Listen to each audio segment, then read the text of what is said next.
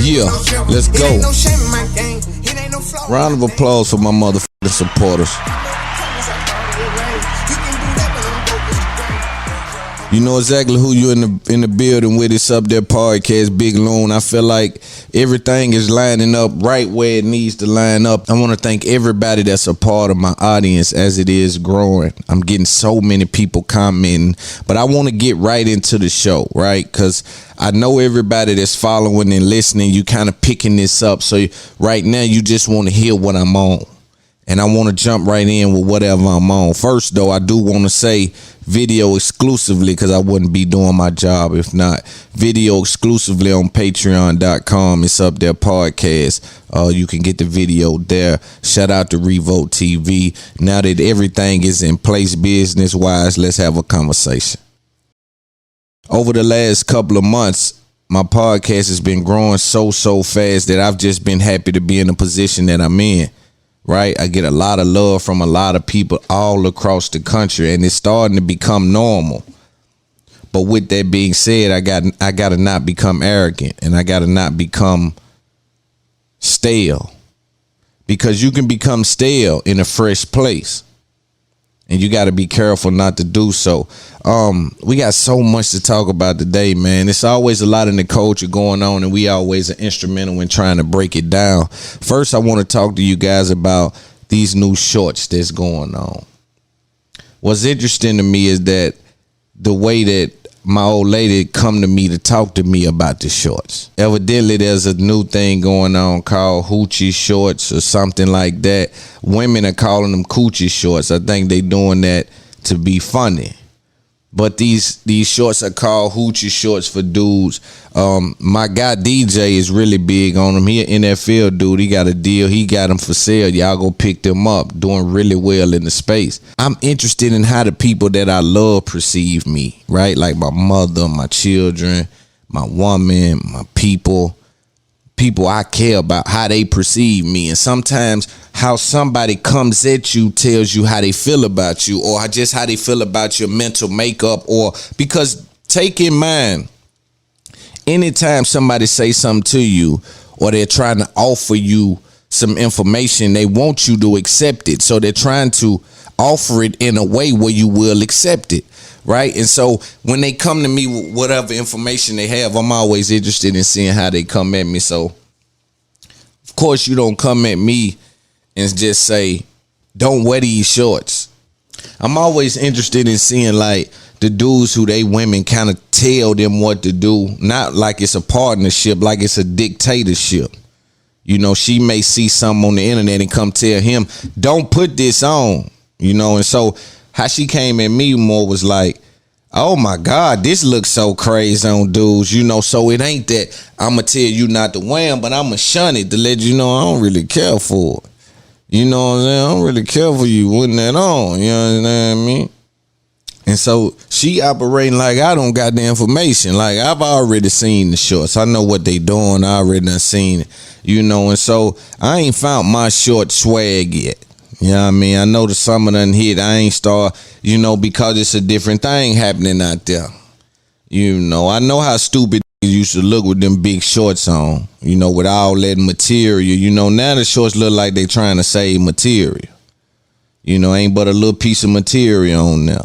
You know what I mean? But, you know, I haven't really bought none. It was just funny, though, that, you know, how she was trying to come with the, hey, this don't look right. I don't know what they thinking nowadays. Goodness gracious, why they wearing them so short? And I'm thinking to myself, this your way of trying to coerce me into not wearing them. I might put them on. Of course, I don't know what I'm going to do. I ain't putting them on. I don't know what I'm going to do short-wise, but it just was funny. But let's start the show off with a Young Thug case update. Of course, I kind of always like to give an update on Young Thug being one of the biggest Southern artists that we have, being in a situation facing a RICO charge with 27 other individuals, and it's so much false information. There's so many brilliant people in our culture that when we have to talk about criminal things or court or understanding a restraining order or just some of these things, they have no understanding. That's fine. that's a blessing not to have any understanding of the criminal infrastructure that America has to offer, right? But there's an infrastructure, and there's certain things that happen, and there's certain things that come out in efforts to do things, right? So when you see things come out about Yak Gotti or Thug or these things in the press, these things are by design a lot of times. Let's just give an update on Thug. Thug, for again those that do not know at this point, not sure where you are, but Thug is in jail fighting a RICO charge. He is mentioned in 2 counts of the RICO. Gunna is also incarcerated, mentioned in 1 count of that RICO charge, and they're in a situation where it's a state-led RICO charge, which is interesting. The DA is the same lady that has been cited to say that she would arrest Donald Trump. Just the other day, Donald Trump actually tweeted at her, said that the Fulton County DA is in one of the most corrupt cities in our country, and they're misusing the RICO law, right? Of course, that didn't get a lot of traction, but he's shooting at you, and you ain't gonna do nothing. He's over her head, in my opinion. But as you see her reach out, get Thug, pull them away from their families, I just hate to see it again, because the whole investigation that the feds had is literally fueled on a beef between 2 guys. If you read the paperwork, this ain't me confirming anything. This is me reading things. And so throughout the case, you've seen Thug try to make a bond. Gunna went up for bond. They told him, get out of here, come back in January for trial. This is Thug's 2nd time going up for a bond. I want to be clear that when you in court, you playing a word game. Everything is about the words in court, right? They can use several terms to describe what they're saying, but when you hear them try to say things like the most dangerous or he's the biggest of them all, these are terms because they're trying to target Thug. They really want Thug. I think they'll let everybody else go, and they want Thug. They really want young Thug. It's clear. It's clear in what they say about him. It's clear in the role that they say that he played in whatever criminal activity that they allege, that this is who they would like to see behind bars for a long time. But this is why it's so important to have a pod every week, you know, or be able to talk to your audience and your people. It's because so many things happen, and sometimes you get caught in the loop. Last week you heard me report on, because reports came out that Young Thug's lawyer at some point in time had a situation where he contacted the state of Georgia or the federal government and did some sort of confession on someone that's involved in the indictment. This came out last week. It was interesting. I was like, yo, what was that, right? Trying to understand that. I didn't go too deep in it because I didn't have a lot of information on it. Come to find out, that was false. Now here's the problem. Sometimes you get to see the intent of people by the mistakes they make. How can you get something like that wrong? How can you go as far to file the paperwork and be wrong in that instance? So my question then would be, what else are you wrong about? But again, that trick and other tricks that you see is an attempt to get Young Thug's lawyer taken off the case. For a lot of people who know the criminal atmosphere in Georgia, say that he is like Michael Jordan of that spectrum. So he is one of the top dogs. There's a lot of high power lawyers involved in this case. As I seen on the internet, someone put it like, this is the dream team. And for me, I would second that. I know Drew is somewhere in there on someone's side. He's known to be high power. A lot of these guys are high power. They fighting for people that's worth a lot of money free. So I would expect that. But that was a trick, amongst others, to get that lawyer off the case. But if there's a trick to run through money, you know, get your lawyer, fire him, get your none, fire him, try to get now, make you go fed. Now you got to get another lawyer. Like, you know, they go to playing those little games. That shit in the house is still on the table. That's what would keep me up at night if I was his lawyer or his family or something. It's like, damn, that shit in the house though, because he possibly could have got a 25-year sentence for that RICO, And that sound like a lot, but in my town you do 30% of that. Then he never been locked up, so he might can get out early on some kind of. He might have done 5-6 years and been home. Know what I'm saying? So, but the new cases is what's making me feel like that, bro. What is it? Like, how they gonna do this? Is they gonna try to get it to run all together so he can just get some time or get a? Like, I don't know what's happening. Because I'm not sure if you can beat it. Flat out just beat all charges. And so Thug had this hearing, and in this hearing, there was a lot of things being said. They painted Thug as being the head of the gang, the leader of the pack, the head, not the tail, the front, not the back. They painted Thug as some sort of gang leader that raps about events that. So in my opinion, are you suggesting that if nothing would happen, he wouldn't been able to write raps? I just don't like that they live in that little vague place. That's not a concrete place to live at. And we're not going to let you trick us with that. At least I'm not. I'm not sure about everybody else. But we're going to get into the hearing a little bit. First, I want to let you guys hear how the state painted Young Thug and some of the things they said. They're going to read some lyrics out, and we'll revisit how we feel about them using these lyrics and the context that they're reading them in. Let's take a look at what happened. Judge, the next one is going to be Act 60 of the indictment, which is on 3/25/16. It is a music video entitled Slime Shit, and it talks about YSL shit, killing 12, 12 being a euphemism for police officers. A jail shit. I'm a VIP and got a pistol on my hip. Again, and you know, I took what Mr. Lyles said, and I don't disagree with him. If we have someone singing these kind of lyrics and isn't living this lifestyle before they sing about it, I don't think that's a crime. That's not the case here. We're basically singing lyrics about what they're doing. The fact that Mr. Lyles isn't aware of what his business partner is doing is the other issue. In that song it goes, again, the police, the judge, mob life.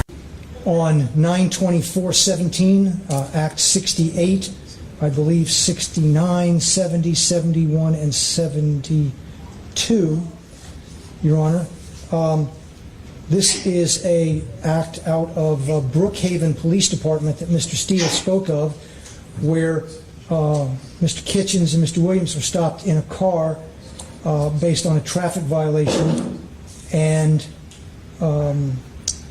a stolen weapon was found in the vehicle, and methamphetamine with intent to distribute, hydrocodone with intent to distribute, marijuana with intent to distribute, and a criminal street gang charge arose from that. And the interesting thing on that is when the officer asked Mr. Williams, the intent to distribute is what's interesting. These dudes probably had a large quantity because they rich. You know, if you do weed, you might have a pound if you one of them kind of dudes. If you do X, you might got a bunch of them. If you do pills, you got a bunch of them. We just putting context on that. The response from Mr. Williams was, I'm a superstar. Can't take me to jail. The officer did. I think Mr. Williams discovered there that didn't work. Your Honor, in Act 73, on 12/30/17, Mr. Williams appeared in a video. It was called Original Slime Shit, with lyrics, murder gang shit, YSL till you're dead and pale.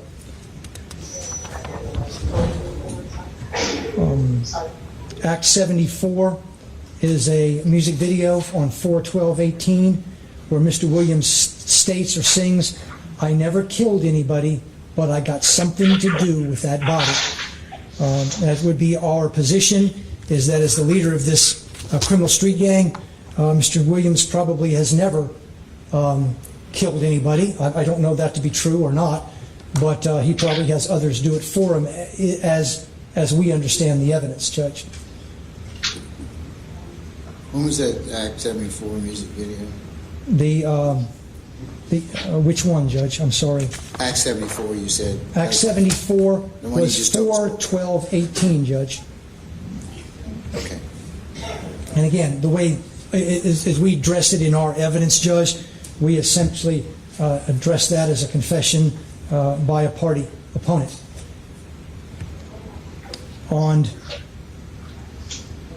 Now, in Act 75, Judge, which is another traffic event in DeKalb County, it's on 5/18/18.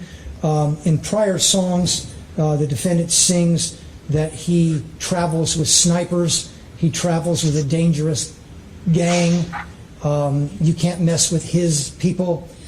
In this, it was a traffic stop. Two vehicles speeding down the road. Officer stopped them for speeding. Mr. Williams was driving the lead car in a Porsche.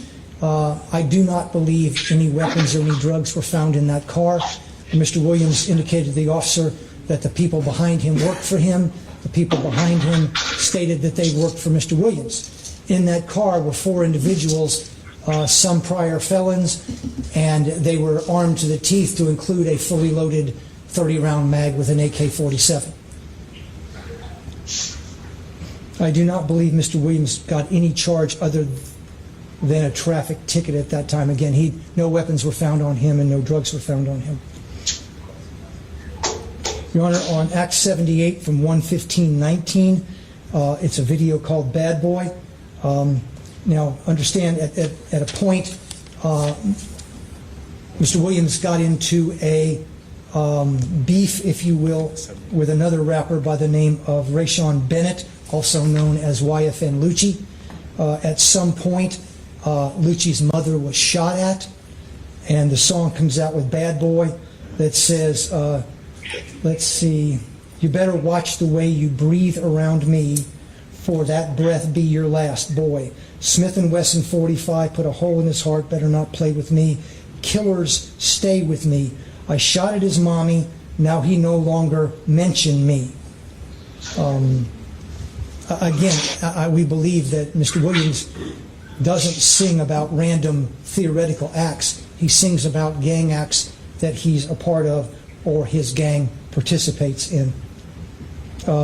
Following that, Your Honor, in the same year, Act 96 on 8/8/19, Mr. Williams posted on Instagram a post, if you will. It said, "If'n or YFN, if ain't like what you do for your mother and your kids, I would have killed you," and that was tagging YFN Lucci. Now, I'll go back and I'll get to that later, but this year, a YSL member attempted to kill Mr. Rayshawn Bennett, a.k.a. YFN Lucci, at the Fulton County Jail. That's on video as well, and we can tie that to the gang, and I'll get to that later.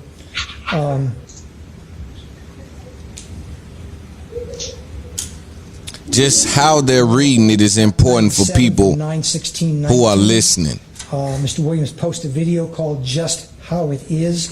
There were lyrics in that one as well. What number is that, sir? 97, I'm sorry. No, I'm sorry. And it said, last N-word tried me, almost got popped at Lennox. Ask the cops, ask the detectives, they know all the business. Ask the cops and the detective all the jurisdictions. Gave the lawyer close to $2 million. He handles all the killings. Mob business. We know to kill the biggest cats of all the kittens. Also, it should be noted that it's alleged that Mr.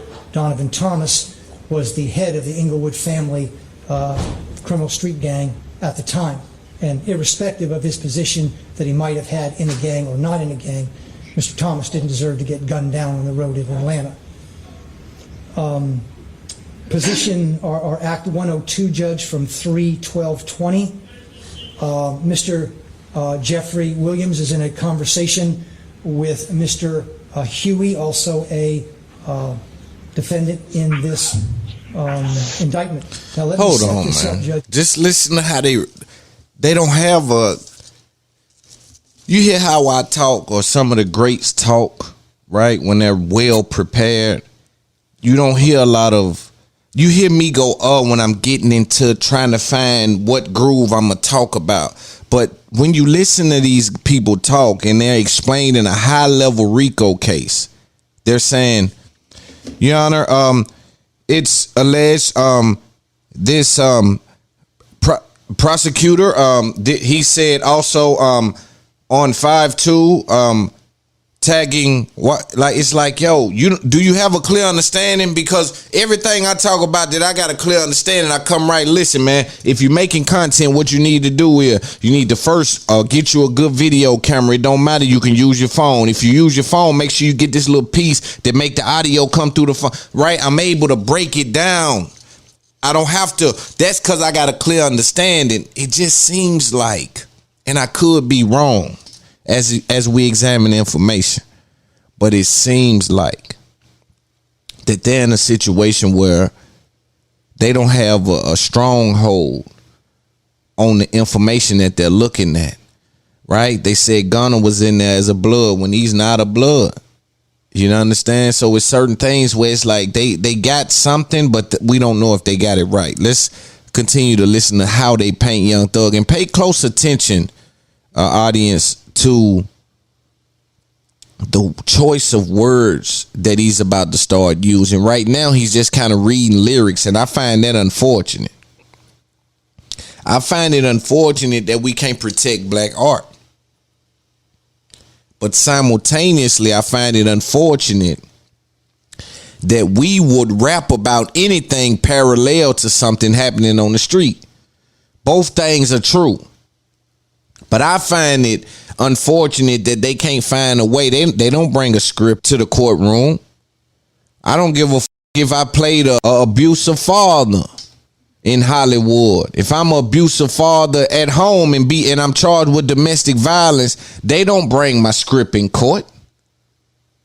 So for me, once we recording and there's marketing budget and all these things behind this, how is this not viewed and protected in that way as art? Let's look at it a little bit more. And you heard part of this last time, that there was the theft of a car by someone in the gang, Mr. Hughey, and it belonged to I believe, the manager of Mr. Williams. Mr. Williams was upset to find out that it was, and he basically texted his folks to say, give it back. Okay? Now, in that, he responds to Mr. Hughey, says, if he don't take it back, he gonna die. Followed that, Mr. Hughey basically was begging for his life in the conversation. It's very clear that he believed that statement by Mr. Williams.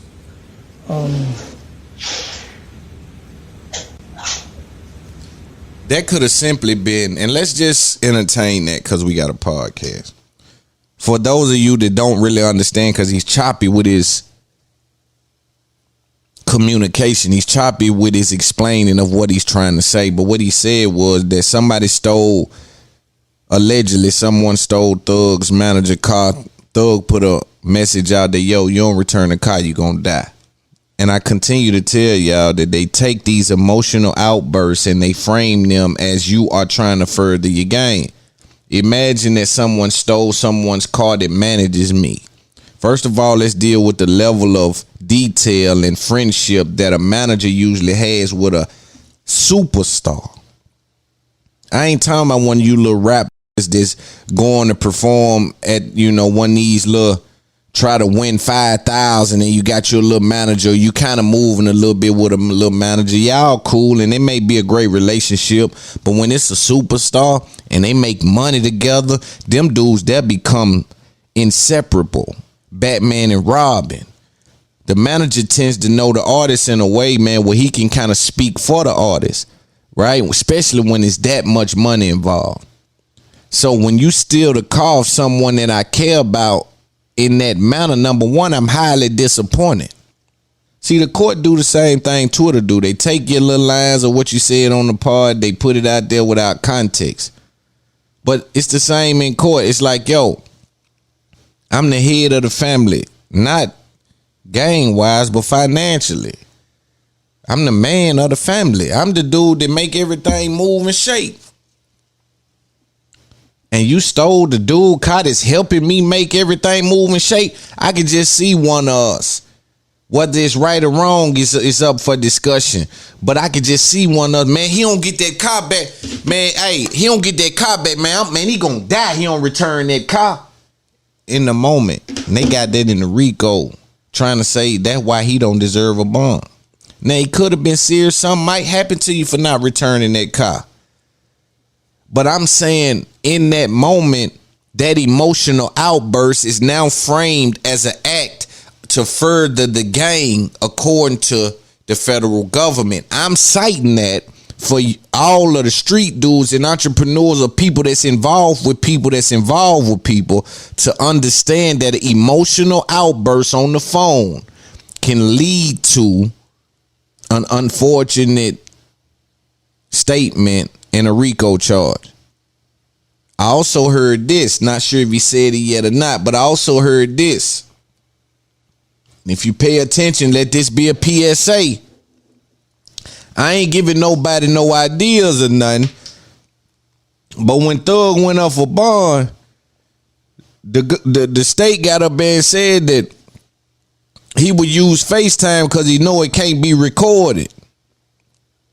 FaceTime can't be recorded, said the state. Fulton County said the state.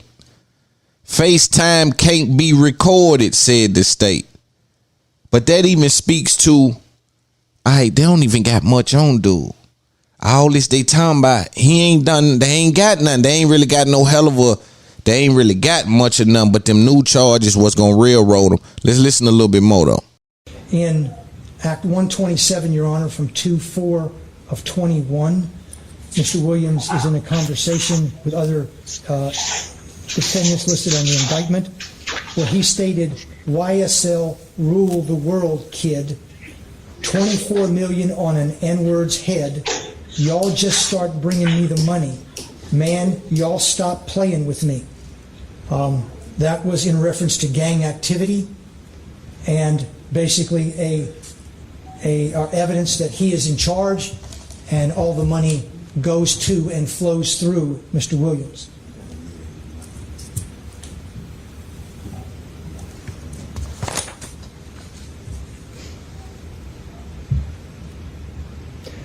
On Act 130 from 4/16/21, Judge, there's a social media post titled Slatty, S-L-A-T-T-Y, lyrics stating, I killed this man in front of his mama, I guess sister and his cousin.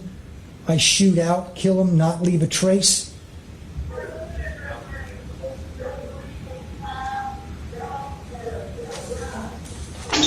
It says, you think you a gangster, you got a pistol, look at my trigger start itching. YSL, we going overboard. And again, YSL is a direct reference to Young Slime Life, the criminal street gang.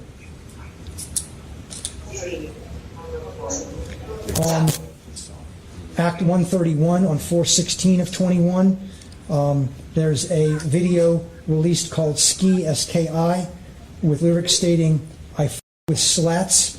Slacks being basic slang, life forever. We come to eat rats. I came with some piranhas. I tote an FN, a reference to a handgun. And in that one, which is interesting, Judge, which you'll hear in the evidence of this case, is this is a hybrid gang. This gang isn't pure bloods. There are rolling 60s in it, Crips. There are 30 deep. It is a combination of many different gangs to form this gang. In Act 132. Whoa there. Not so fast. If you're not paying attention, you miss these techniques. See, you just listening to words and you're missing the technique. If you listen now, he read a bunch of lyrics to insert an outlook to the judge in the court and never explained the lyrics, and then just proceeded to move on. So he just explained the lyrics that Yana, and let's listen to it again and pay attention. Let's move it back some. About right here. with slats. All right, so ESK. pay attention that the whole time that they're reading these lyrics, we're not really getting any real information or any dots connected. We are allowing them just to go in there, pick out of thousands of songs, just random lines, and read them to the judge. It ain't no uproar about that. Like, you just can go pick out random lines from songs, no context, no nothing, and just read them in court and nobody's saying nothing. Pay attention that he's reading lyrics and not even explaining how it connects to the case. Pay attention. 21. Let's back up. Sweet game. My triggers start itching. YSL, we going overboard. And again, YSL is a direct reference to Young Slime Life. But what does that mean? Pay attention, y'all. Just listen. I killed this man in front of his mama, I guess sister and his cousin. I shoot out, kill him, not leave a trace.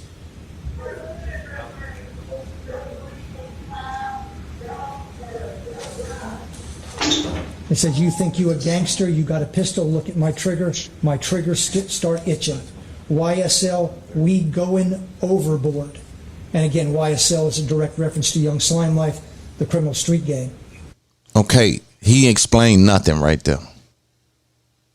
He explained nothing right there. I mean, why is the judge not saying, unless I'm missing something, somebody explain to me, because he's explaining lyrics. Hold on, one more time, man. This is important, because I never had paid attention to this. An N-word's head. Let's go back some. Mr. Williams is in a conversation with other defendants listed on the indictment. This is a conversation, so this is a little different. Rule the world, kid.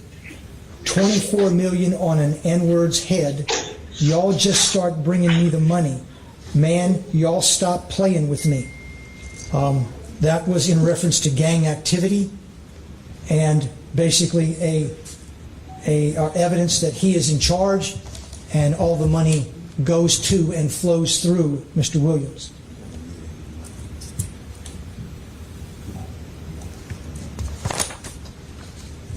Not that we got them actually bringing money, not that we've saw a transaction or there's these bank records showing that such and such deposited into Thug's account after doing some sort. They're just saying that, yo, this is crazy to me. And that's why I tell people out there, your conversations on the phone can be took out of context, right? You see how the same way that dudes is being canceled online, and you see your favorite artists go through sometimes where they're taking a line, but you know that artist and you've been in touch with him, and you know he didn't mean it like that. When he was rapping, that was a part of a scheme. Y'all just pulled that one line out. So you know, oh, yo, they misrepresenting the homie. You understand? So you sitting back like, yo, that ain't what that meant. But once it's rolling, it's rolling. And sometimes they just want to get it rolling. That's why if we pay attention to the technique here with Young Thug, they're reading lyrics without any context and also without any connection to anything. On Act 130 from 4/16/21, Judge, there's a social media post titled Slatty, S-L-A-T-T-Y, lyrics stating, I killed this man in front of his mama, I guess sister and his cousin. I shoot out, kill him, not leave a trace.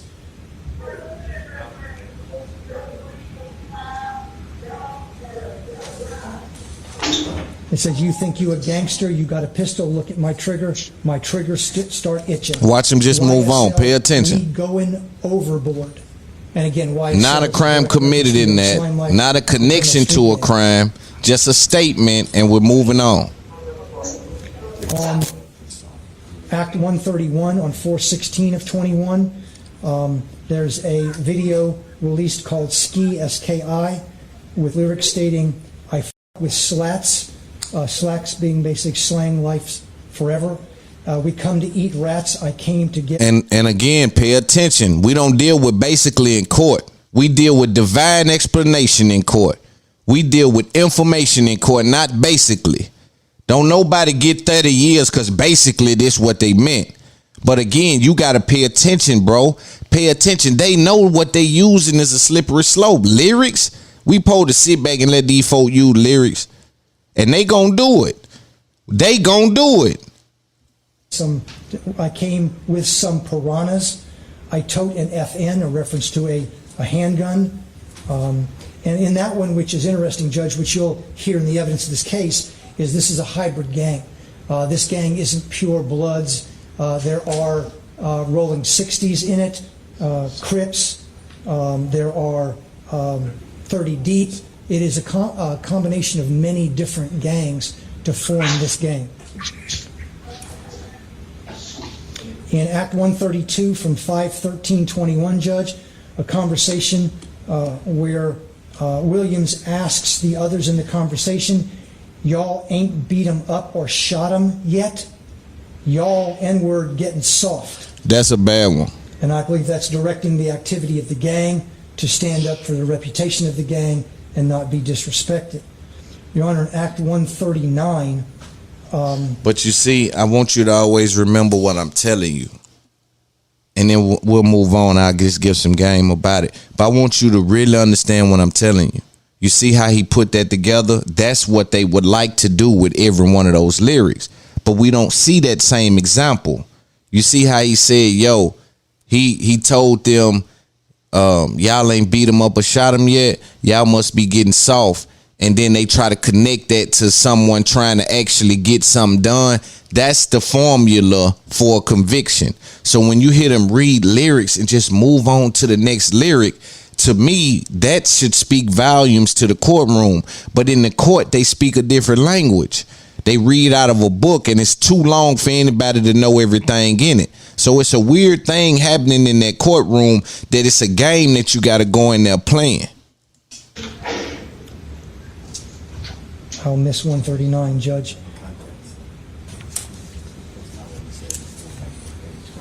In Acts 150, Mr. Hughey, which I spoke of earlier, had gotten out of jail.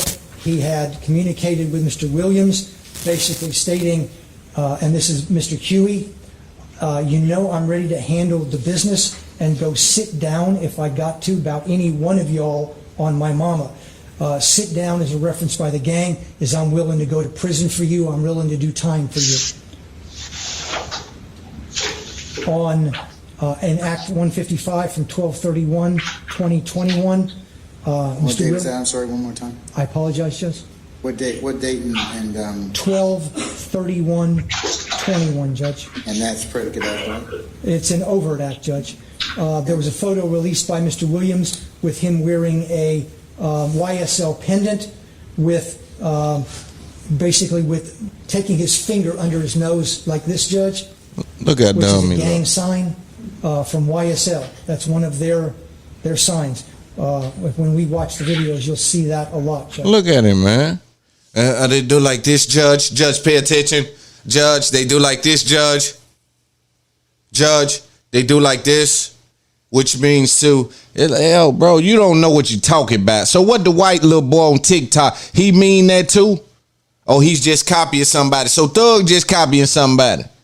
So we do believe that people are doing this that don't mean that they are copying some. These are the kind of arguments you got to have to blow that shit up. But I know I'm dealing with the top level attorneys. I can't tell them what to do. We just having a podcast examining the shit.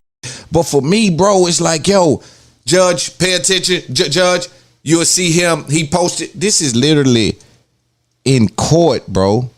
Judge, he posted a picture doing this, seen with a YSL pendant doing this to his nose. This why he don't get bond. This is one of their signs. I tell y'all, man, you don't see me, man. I don't throw nothing up. I know what kind of game they playing. Especially when you get that money, they can't wait to crash you out.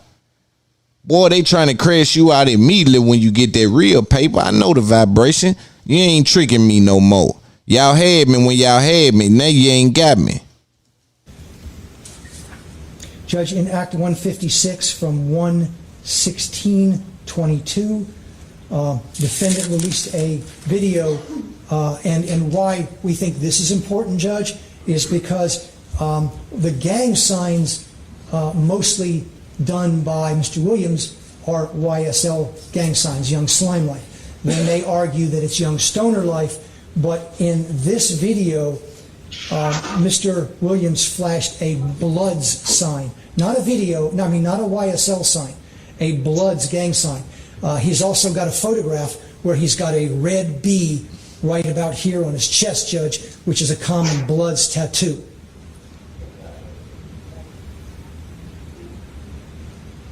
On 3/9/22, I gotta let y'all hear map this. 172, Williams posed for a photograph with the caption, "Slat Business YSL 4L for Life."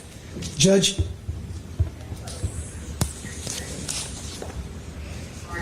we have proffers that from gang members, and some on the indictment, some not, that Mr. Williams is the leader of the gang.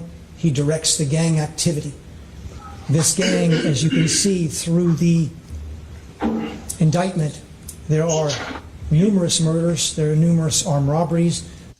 All right, so as you hear someone born in the 1940s try to explain lyrics in the courtroom with black people's lives on the line, it's just an unfortunate series of events. When I see it, I say, yo, this is so wrong on so many levels, right? But me not having the power to really influence any outcome that could be instrumental in anyone seeing the effects right then and there, is slim to none. So I keep that in perspective. And also, there's only so far I can go because I'm involved with things that need to be respected in the market in a certain way. But when I look at it, I instantly say, dog, yo, respectfully, an old white man can't read lyrics from my culture. And that's with all due respect, White Sauce. You up there reading lyrics from my culture, that ain't P, my nigga. You know what I'm saying? Because you out your jurisdiction. You don't even understand what you saying. You sounding stuttery up there. You know, Fulton County, you out your jurisdiction when you're reading lyrics like that. You sound horrible, and without context, all these lyrics gonna sound a certain way. But that ain't your bag. And it ain't right. It's wrong on so many levels. It's wrong not to protect the fact that I'm in a booth recording with a multi-million-dollar budget and y'all able to use it the same way y'all use Gotti talking on the phone to one of the henchmen. Y'all using them same things in the same way and don't seem and y'all don't see that that's weird. Listen, again, I don't endorse self-snitching, and if you rapping about something that you can really be indicated in, I'ma always say you in the wrong. I gotta say that because I got kids growing up in this world that I don't need to make them kind of mistakes. If you take that personal, we'll deal with that then. But unfortunately for you, I gotta leave this place with more information than I found it with. And anybody that want to go to war with me about that, I just have to face that on my way up or on my way down. But either way, up or down, I'm gonna continue to give information, period. But white man, you out your jurisdiction reading these lyrics. When I hear you read Yana section T17 from such, that's your bag. You ain't stuttering one bit. You ain't got to read that long and take them long pauses. It clearly shows that you don't understand what you're reading. I don't care if you never read this section of law. If it just popped up in court, if you got to read it and it come from that section of law, some section out that law book, you going to read it with way more conviction than that, with way more rhythm than that. You're reading something that you clearly don't understand, and it's bigger than words. I know they want to deal with it like it's words because that's the trick.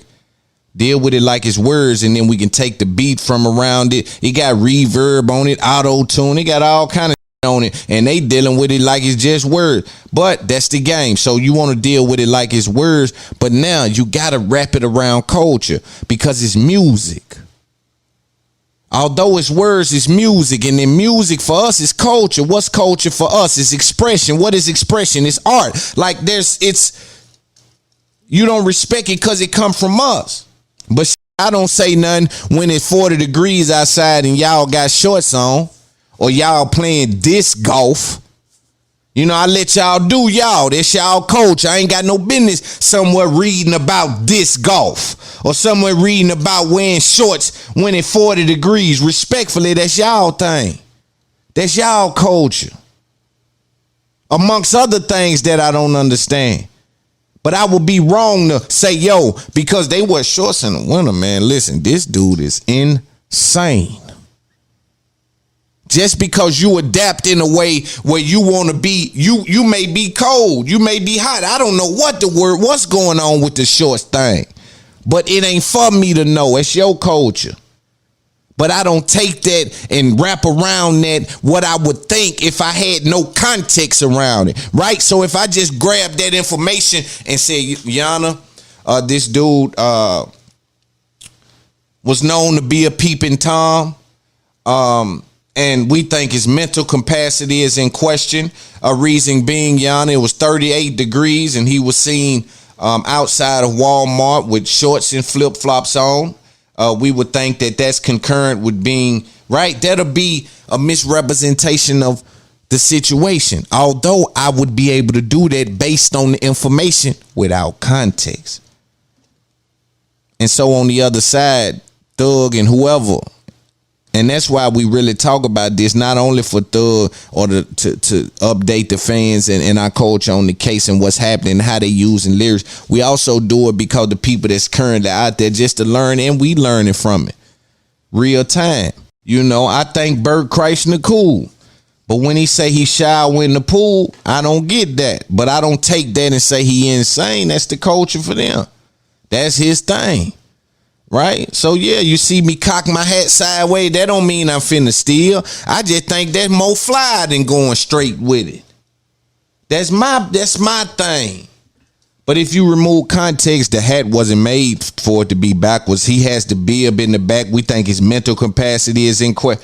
Like, come on, let's be serious. Like, you know what I'm saying? So again, to take our lyrics, which derive from our culture, in our culture, and for our culture, take them outside of that realm without any protection is dangerous.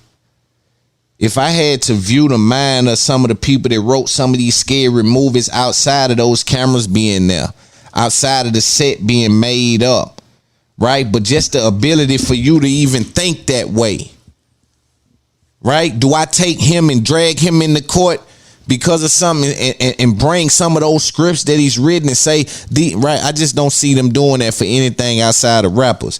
Let's pay attention to just a little bit more, because at this point, he's become desperate. In my opinion, when you look at what he's laid out for the judge to look at when he's speaking about bond, he don't think it's enough. So here at the tail end, he has to say we have proctors, which are statements. Sometimes cooperation is involved with a proctor. But what he didn't say is that we have any pending agreements or arrangements. We have any deals in place. I do believe somebody's telling. I don't know who it is. I know they brought out that it was Yak Gotti. That turned out not to be true. I'm going to let Lawyers for Workers break that down. And then we'll get some game about that. But let's listen to a little bit more of this, and then we'll see how Thug Lawyer, he's so smooth, and watch his understanding and his talking. It's a little different in this choppiness that you're dealing with on the state side. There are numerous attempted murders, shootings. You know, just like, again, I spoke about the Gottis, about the criminal gang, mafia families out of New York. The bosses themselves never got their hands dirty. The position here is, Judge, is Mr. Williams directs and has directed all of these individuals, Judge. And he recruits people continuously, Judge. We have a proffer, Judge, even from the mother of one of the defendants in this indictment, who told us that Mr. Williams does the community events in order to recruit more people, that her son was recruited by money, shoes, clothes, because they didn't have anything. And now her son's, by her statement, is in jail for the rest of his life. And that's that's the mother from one of the defendants on this case. Judge, Mr. Williams essentially is YSL. Everybody else is a follower. There are leaders. We said Mr. Kitchens, Mr. Greer, they are also leaders. But the leader, the top dog, the most dangerous man here is Jeffrey Williams, because he doesn't have to get his hands dirty. He has others to do his business. Judge, in an analogy, you found the others danger to the community, danger to commit additional felonies. And I would say, of the least of them, you found them dangerous. This is the most of them. This is the one that you see the shadow in the back of the room. He's the one directing traffic. He is the one they're all afraid of. He's the one that's king slime. He's pulling the shots. He is the most dangerous of the 28, Judge. And I implore you not to grant him a bond. He is dangerous. The setup they've given to you is actually going to be less control, not more. If he gets a burner, Judge, and the court may know this, a lot of the communications that Mr. Williams is on FaceTime, because it's not traceable, it's not trackable. And we know that to be their MO.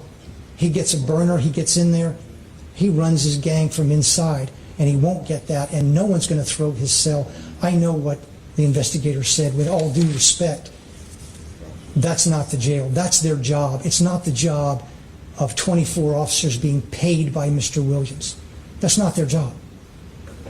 The job is the sheriff of Fulton County or any other sheriff where our sheriff decides to put Mr. Williams. That's their job. He is dangerous. And I normally don't do this, but I don't hesitate in this case. Respectfully, Judge, I believe if you give him a bond, we're going to have more witnesses in danger or going to be missing. I believe he's that dangerous, Judge. Thank you. But again, man, this dude is clear in his painting of Young Thug. He's trying to paint a clear picture and give a description. But the thing about it is, in my opinion, the description doesn't have anything tangible attached to it. There's no evidence of Thug being involved in anything outside of, those two conversations that they have with me and things like that. But he's not being seen to be threatening anyone. So he's this big, dangerous dude, but we can't prove he's dangerous. We just want you to use your imagination, Judge.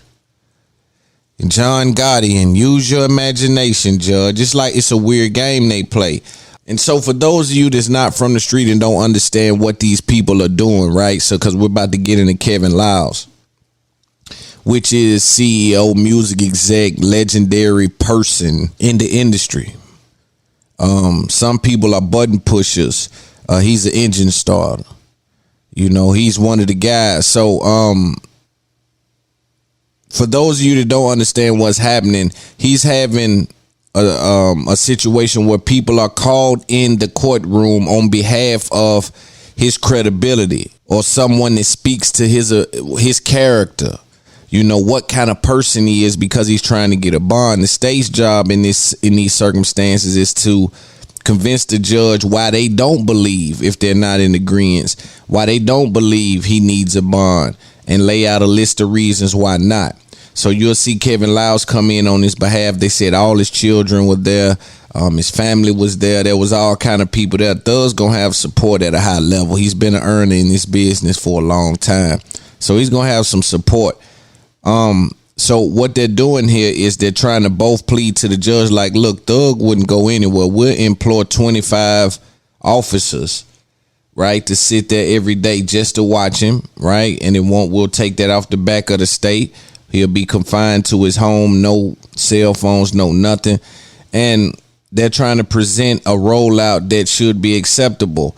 The state's position is, no, don't let him out. He's a big dog. He's a shot caller. So if you let him out, he gonna get some witnesses whacked. This is what they're saying. And so after they went on that long soliloquy about how they felt about Thug, now it's Thug's turn. So they bring people up. You see Thug bring up people like Kevin Lyles. If you don't know who Kevin Lyles is, instrumental in Def Jam, instrumental in Rockefeller, and in my opinion, YSL was his new baby. Thug was his new age thing he had going on, because he's been instrumental in each phase of hip hop. And he's grabbed hold to some people who's been those guys, right? Who's been like the next wave of people. He's always been there when those people have been in question, right? Or up the plate. He's always been somewhere on the team. And some of you may know what him and Dame kind of went at it, but he is a staple in this business and a more than a legendary person in this game, in my opinion. Kevin Lyles, very prestigious guy. One of the most sound minds I think we have in music. And I think he gives opportunities in times that other people see turbulence. And him to work with Thug, I always knew, I remember being in ATL when they grabbed Thug. And there was some people that's like, man, he gonna need like Tip and them. I said, man, Tip and them ain't talking about shit. He need Kevin Lyles and Leo Cohen. He used to call Leo Cohen his daddy. He need Leo Cohen them to come through, and Kevin Lyles, they there. So you can't do nothing but respect Kevin Lyles for doing what it is he's doing for on behalf of Thug, seeing that he made so much money off of him. But I don't even think it's about the money. I think you really got a certain love for Thug, and that's just what it is. So let's listen to Kevin Lyles being brought to the stand on behalf of Young Thug's character. He being a character witness on behalf of Young Thug in an attempt to get him a bond. Your Honor, next is he's a witness here, Mr. Kevin Lyles, which is Liles, and he has known Mr. Williams since Mr. Williams has been just an adult, and we'd like him to come and talk about the factors for bond. He is with the record label, Your Honor, and he has come here to give testimony on behalf of Mr. Williams, and he flew here from, he was out of state. He lives in New York, but I don't know where he flew here from. All right, where's Mr. Lyles? He is right here, Your Honor. All right, Mr. Lyles, good afternoon, sir. If you can please approach the witness stand. Once you get there, be so kind to turn and face Deputy Talton and be sworn as a witness. Kevin Lyles, Kevin Liles. Good afternoon, sir. How you doing, Mr. Steele? I'll let you know. Can you do me a favor and give this honorable court, educate this honorable court on who you are, your background? The court may not be familiar. Your Honor, I'm a 54-year-old father of four. I'm kind of emotional because how good this guy is. I have Morgan State University. I built a stadium in my old school. I have a street named after me. I have all kind of honorary doctorates. I employ probably 5,000 people. I was the president and CEO of Def Jam. I've been in this music called hip hop for 38 years. And for the life of me, I don't understand why I have to testify the good that hip hop has done around the world. I've also started a company with Jeffrey called Young Stoner Life. And I remember what he said to me. We're not just starting a company, we're gonna change some lives. And that's what he's done. And he's definitely changed mine. Mr. Lyles, how long have you known Mr. Williams? I was a fan for probably 12 years, but I personally got to know him over the last 10 years. Okay. And have you signed, or your company signed Mr. Williams?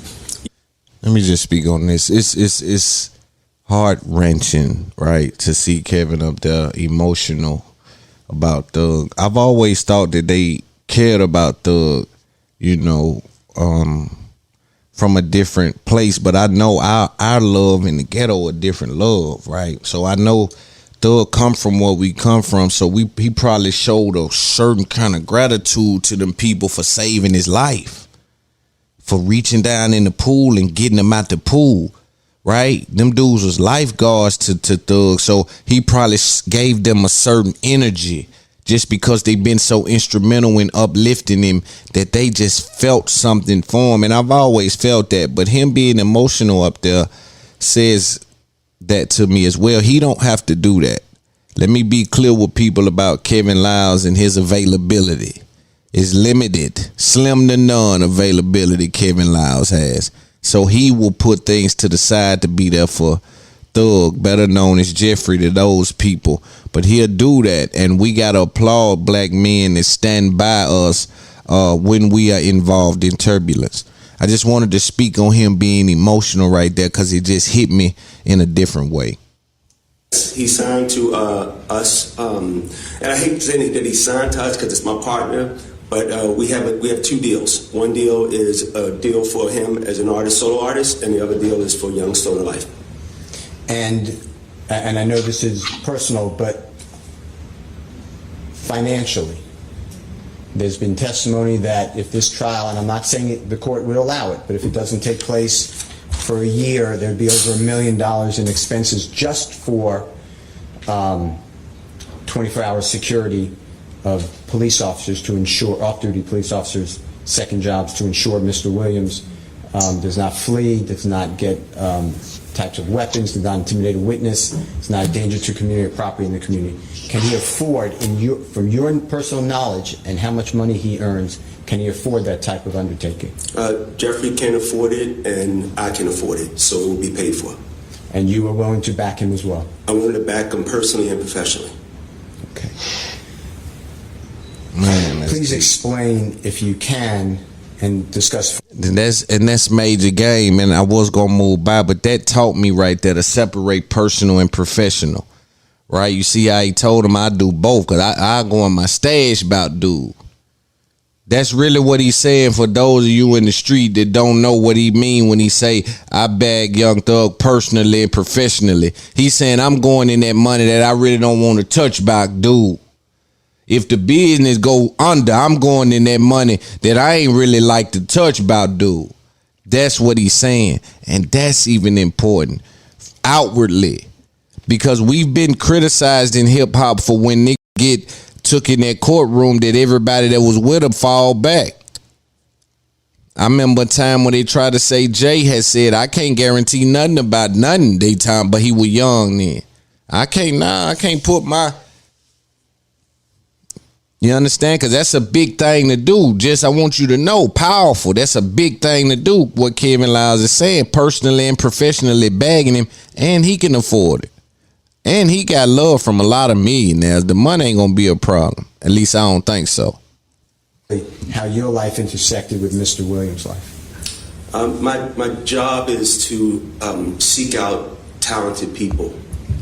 And I think God brought us together in a very weird way, but I think we were meant to be together.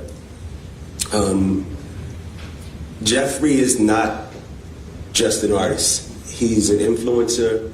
He is a person that I think was put here to change the people around him. And he's so talented. He's creative, he's innovative, and he's fearless. He's a risk taker.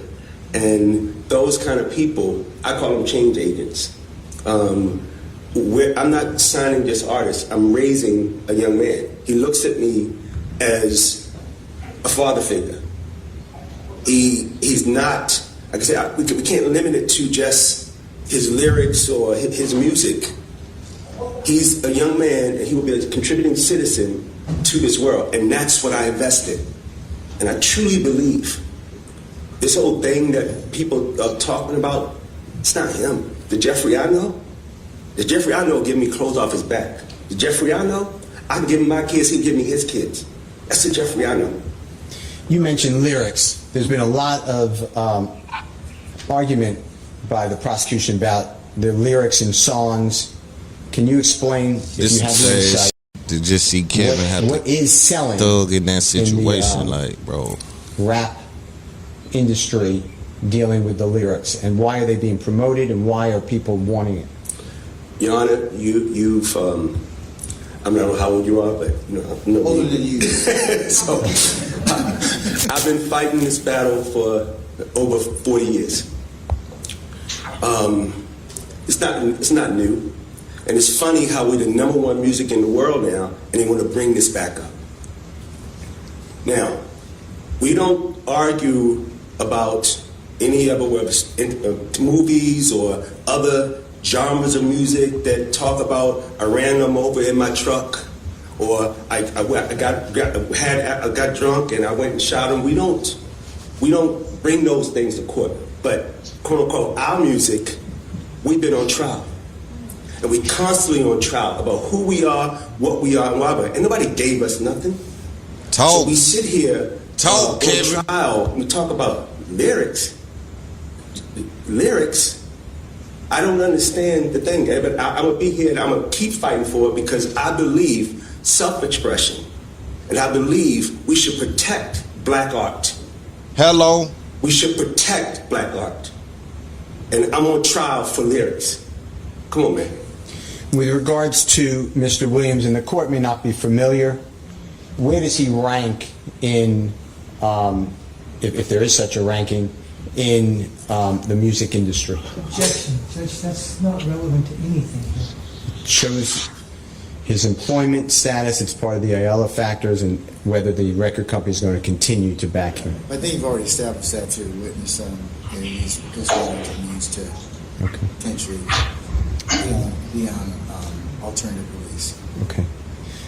You understand that Mr. Williams was charged in 2018 in DeKalb County with a offense of involving, he was riding in a car with 2 other people, and there was a gun and a small amount of drugs in the car. Are you familiar with what I'm talking about? Yes. Okay, and you know that case, it's still pending, believe it or not, but it went up to the appellate court. I don't know, are you familiar with all that? Yes. Everything was suppressed by the Honorable Superior Court judge in another county, and then the state appeal got reversed and it's pending.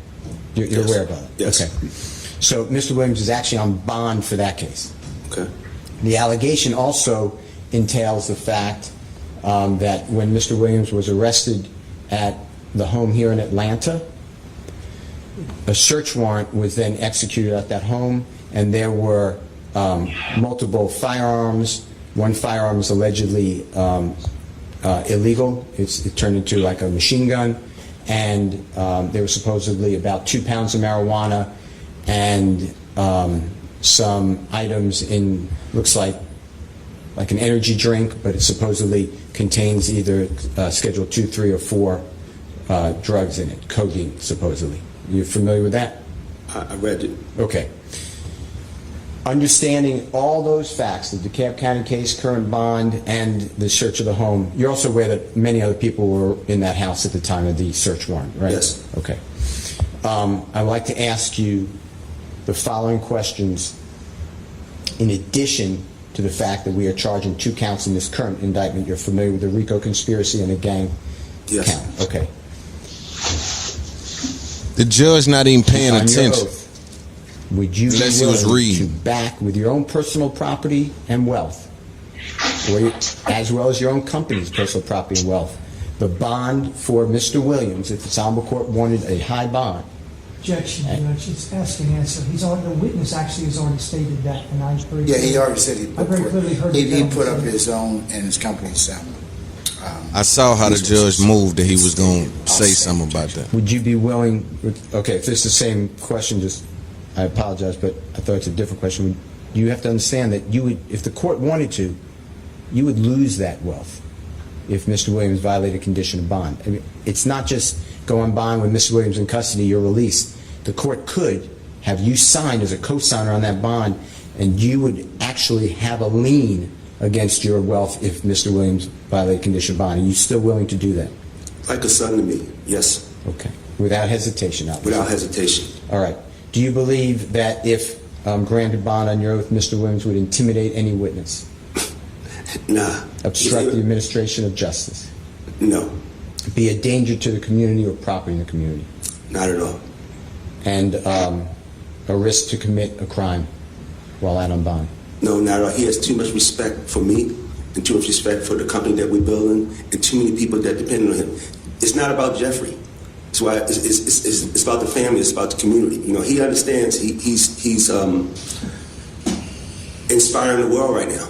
There's a kid that he changes their life every day. I really believe that. For the better? For the better.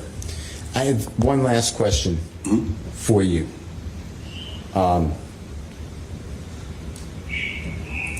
If this honorable court granted bond, but it was very, very restrictive. Mr. Williams is not coming out to studios. He's not doing videos. Speaking with him may be curtailed. Is your record label still willing to keep him as a vibrant member of SIN? That's my partner. Okay. And just for the court's edification, I think you just said, but Mr. Williams is not only an artist, he's an owner of the company, right? He's a businessman. I told him hip-hop has given him a way to be an entrepreneur, a way to empower people, a way to educate people, and he has a responsibility. He knows that with this success comes responsibility, and we made a commitment to each other that we're going to do this for the rest of our life. Man, that's heavy. That's heavy, man. That's heavy. Great to see an exec step down, big guy at the company step down for one of our guys. Unfortunate circumstances, man, but a lot of times that's where you get to prove yourself. You know, it's the same thing with people, and sometimes I get chills talking about it. But it's the same thing with people like on their way up. It's nothing more fulfilling than to change somebody's life, than to put somebody in position. That's why I don't be understanding these selfish dudes. Like, you don't get you don't get that feeling, man. Like that feeling of really being able to really get with somebody and change the whole situation. Man. But Kevin Lyles, like I said, one of hip hop scholars, one of the best we got to offer. Did it with Rockefeller, did it, and this is his new baby. I hate to see him go through that, hate to see Thug in that situation. I think the company will continue to bag him. And so Kevin Lyles came out, and we'll speed this up and get to the rest of the show. Kevin Lyles did his thing, went up and spoke for Young Thug. Again, honorable. One of the guys that has his honor intact, and we appreciate Kevin Lyles. Now, shortly after that, paperwork came out from some of these low-level blogs saying that Yak Gotti was telling on Young Thug, and also that because they allege they have proffers from people, that Young Thug gang is telling on him. They ain't even at that part in the case yet, but as you see, the internet is the internet, so people go having all kind of conversations about Yak telling and dissing. If you read the paperwork, that's false information. Again, when he said that they not giving you any details, they play word games, and y'all ain't caught on yet because y'all must ain't never been in court. They play word games. You got to really ask, what does that really mean, what you just said? And who said that? Bring them in. We want to see them. Oh, people say he's dangerous. Who? Bring them in. We want to ask them, why would they say that? Oh, you facing a life sentence. Oh, you killed 3 people and you trying to get a little, you know what I'm saying? So again, y'all just be talking. I got niggas right now in there.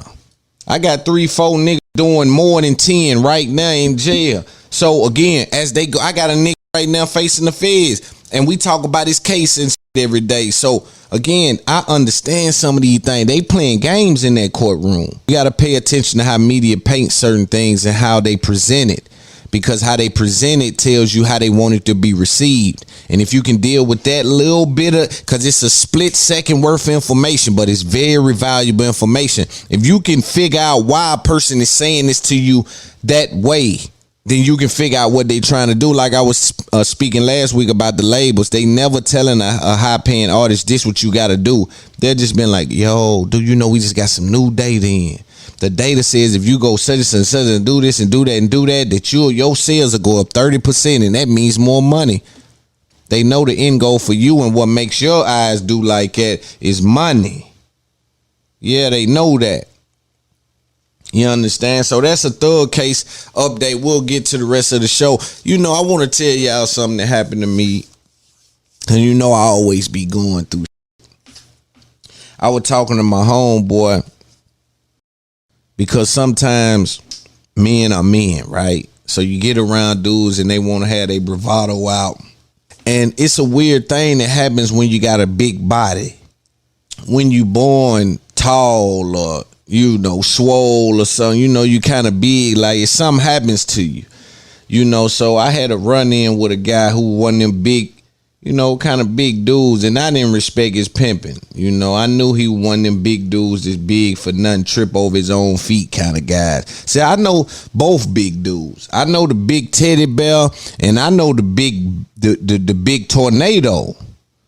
You know what I'm saying? But see, the problem is that if you don't know, you think just cause they big, they the big tornado, but some of them the big teddy bear. Some of them just dealing with genetics. Your daddy was big. You just big cause he was big. You ain't done nothing to earn that body. You know, so the dude give me a certain kind of vibe, and I'm an energy guy. So if I don't like your energy, I'm gonna just tell you. I ain't gonna tell you, I'm gonna try to get away from you.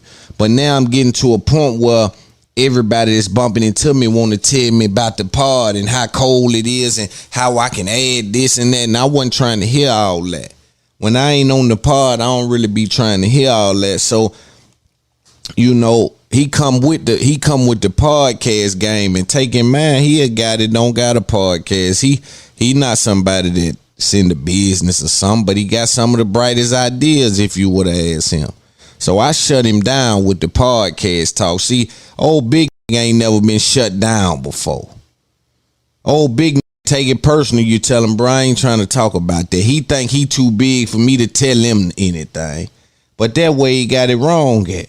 So I tell him, hey, yo, bro, I don't really want to talk about the pod shit. Like, I'm over here just chilling. I don't really want to get into no deep, you know, you keep trying to pull me to the side and have a deep podcast. I don't really want to do that, respectfully to the situation. Like, everybody's here. Like, I come to see everybody, not just talk to you about a pod or how I'm cooking it, and I don't want to do that. So evidently he take it disrespectful. But see, he don't even know that when he come talking to me, see, I'm 5 steps ahead of a. So he talking to me. I know my next move is to tell him that I don't want to hear this shit. So I'm already thinking how he gonna respond to it. So I already sized him up in my brain, thinking, okay, I might can handle what he willing to offer. You understand? In regards to a one-on-one, cause he don't seem like he can. You know how Javante Davis hit that nigga and got out of there. He don't seem like he can stand boom, bam, and getting out of there. Seem like he needs you to be still to whoop on you. And thinking you gonna whoop on me and I'm gonna be still, you in for a rude awakening. So I instantly think I'm gonna beat on him if he try, even though he bigger. And plus I keep something in my pocket that'll even the odds. And I keep something with me, don't make no noise, it's gonna even the odds. You know, so I'm already there with it. So I tell him, it seemed like it didn't click right then. So I tell him, we break up for a second. Like, I go this way, he go that way. Don't you know, he looking away in the corner. He in the corner with the screw face on. He look like one of the dangerous in America over there. I said, damn, this can't be the nigga I just told to shut up. And now he in the corner, the dangerous in America. But I know what's happening because it done happened to me before. You get over in that corner and you get to thinking, man, that told me he don't want to talk. Who that think I am? So he going through that over there. But in my mind, I'm already knowing, because earlier that night I had asked him, you know, playing. And again, you got to watch it like me with a savvy mind, because I come in playing, but I'm really getting intel. I see the big old boy, you ain't got no scars or nothing on you. So you ain't been through nothing. Old big like you, if you ain't been shot, you ain't tough. And that's bad to say. And I'm a comedian. I want to say that because I don't want to be canceled. And this is for comedic relief. But boy, if you a big, you ain't been shot, you ain't no tough big. Because a big gonna keep pushing the line till somebody shoot him. See, when you big at 12, you'll grab, give him a wedgie. You'll keep giving him a wedgie till somebody stop you. And I can't stop you hands. You too big. You grown man size. You see, so them niggas usually or done hit with a brick or something. You gonna have a scar. Something done happen to most big niggas. So I see old big nigga, old pretty boy, big.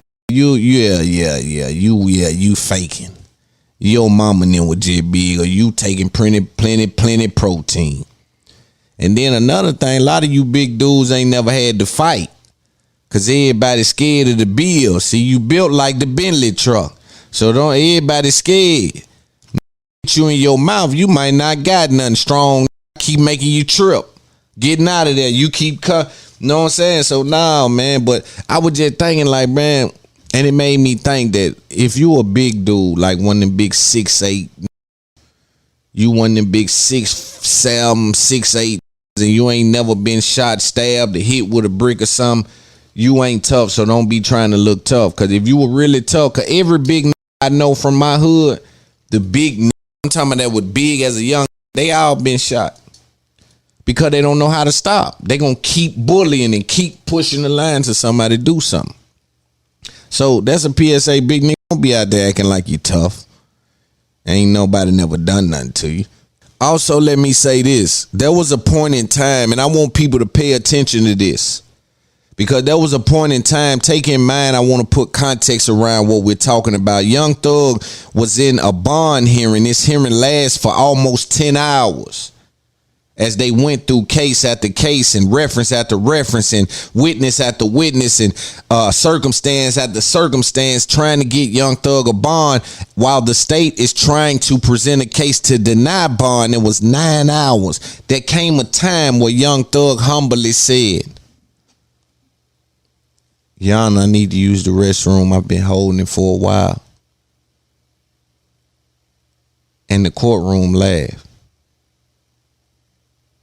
In that instance, I didn't see what was funny.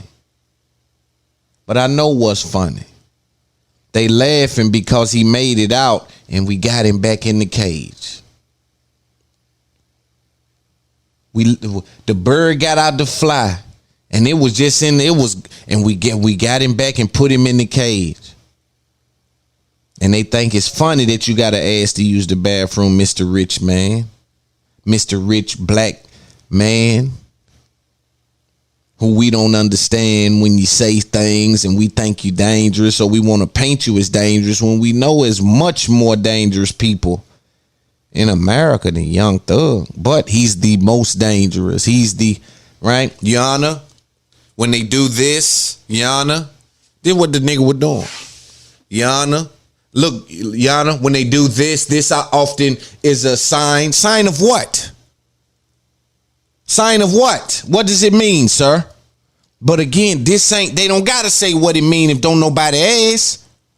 All they gotta say is, Your Honor, often gang term is when they put their hand under their nose. This is an often gang term. So I'm gonna bring you 1,000 videos of little white boys doing it. What is that?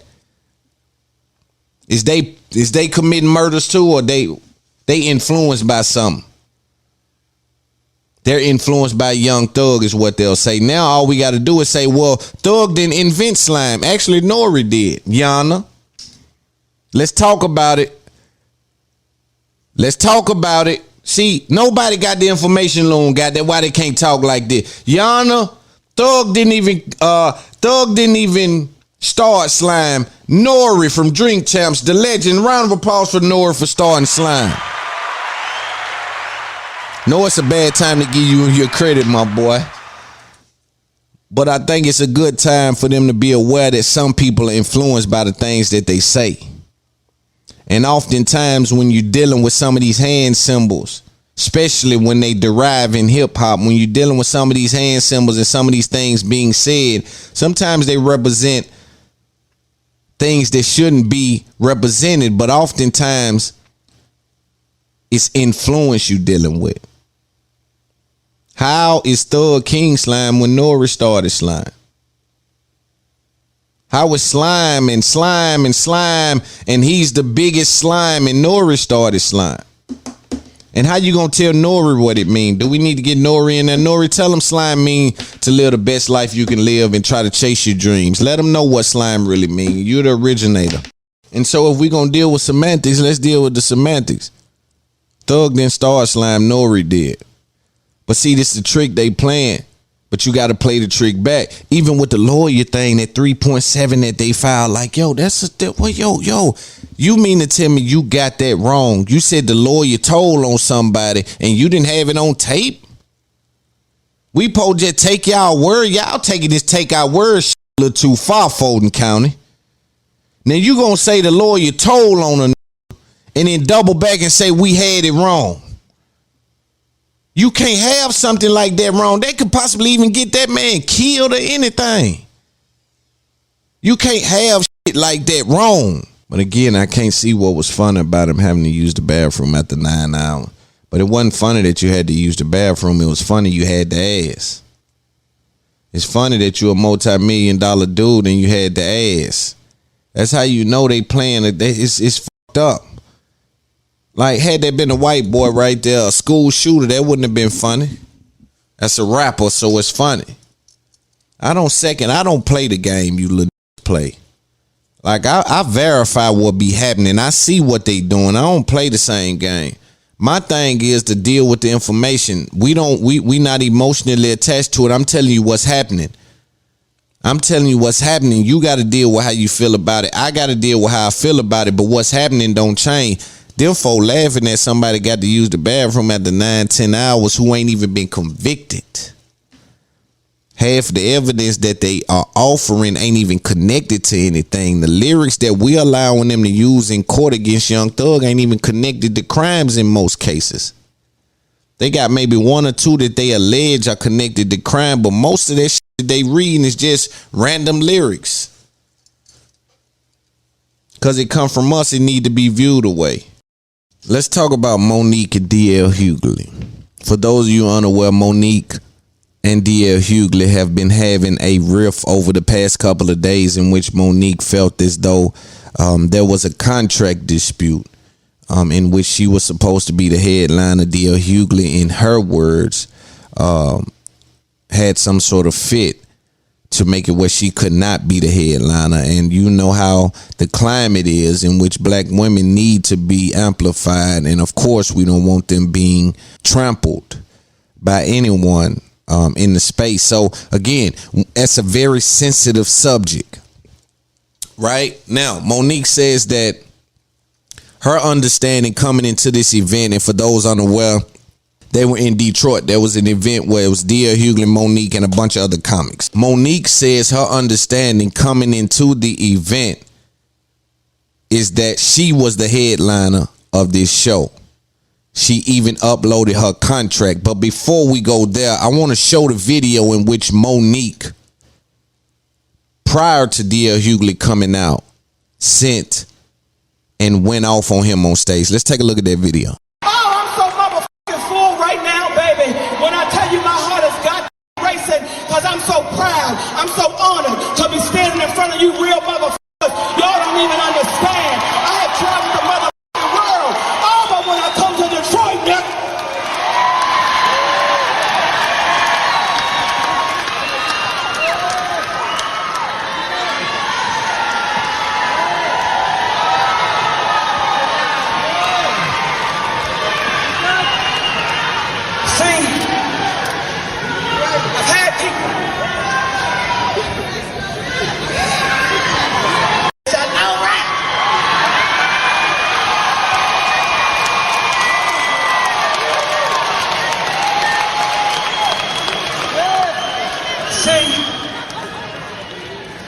When they called me to come play Detroit and come play the Fox Theater, and I ain't played the Fox Theater in over 20 motherfucking years.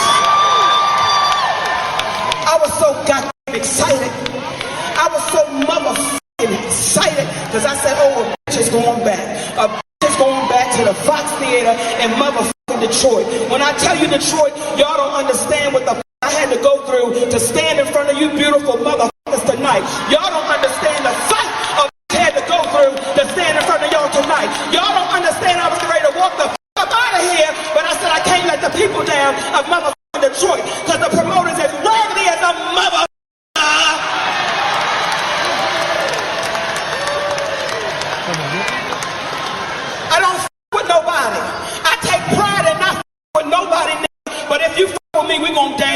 We gonna do the two-step.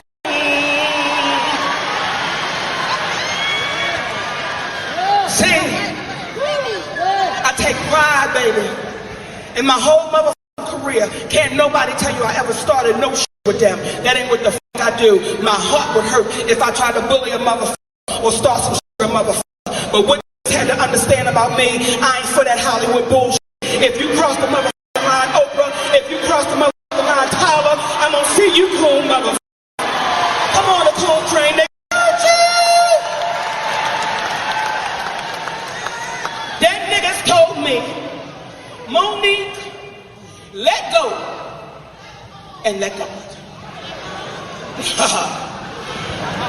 Let go and let God. They have taught us to be so motherfucking fearful and just give it to God. Let go and let God. So I kept hearing this shit over and over and over again. So I said, well, let me let this shit go and let me give it to God. And you know what God did? He gave it right the fuck back. He said, I gave you everything you need to deal with these motherfucking coons. Steve Harvey, D.L. Hughley. I gave you everything you need to deal with these motherfucking coons. I don't f*** with nobody. See, tonight, I'm gonna tell y'all what the fuck is going on, because y'all know one thing about me, I'm gonna tell. That's why they ain't like me as a little girl, because I'm gonna tell.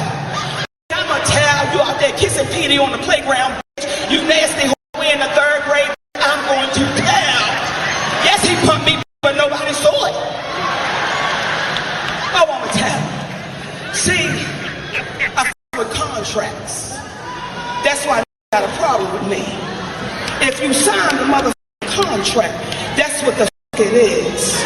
But they're so used to niggas f***ing around with the contract and being nervous because they might lose an opportunity or a motherfucking chance, so they will redo the contract. I'm not a who's gonna redo the contract. If you sign the motherfucker, that's what the motherfucker is. So tonight, see, I'm gonna tell you, I'm gonna break it down for you, Detroit, because I would feel less than a motherfucking woman if I didn't let y'all know what the f*** was going on this stage right now. So if my energy is a little different, nigga, they got me f***ed up. They got me f***ed up. They got me f***ed up. So the contract,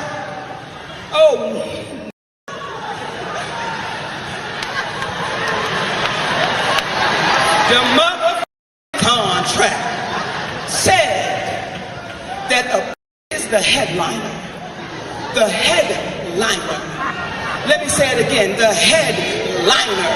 That's what the motherfucking contract says. Monique is to be the last motherfucking person on the goddamn stage. She is the headliner. That's what I signed the fuck up for. I'm 30 plus years in this motherfucking business, and I don't open for no goddamn body. The contract said the headliner. The contract said the headliner. The contract said the headliner. But a named D.L. Hughley turned into a bitch and said, I won't perform if she does that. I won't go out if she does that. You open for the kings of comedy, I close for the queens of comedy. And you think that I don't have a that ain't my position.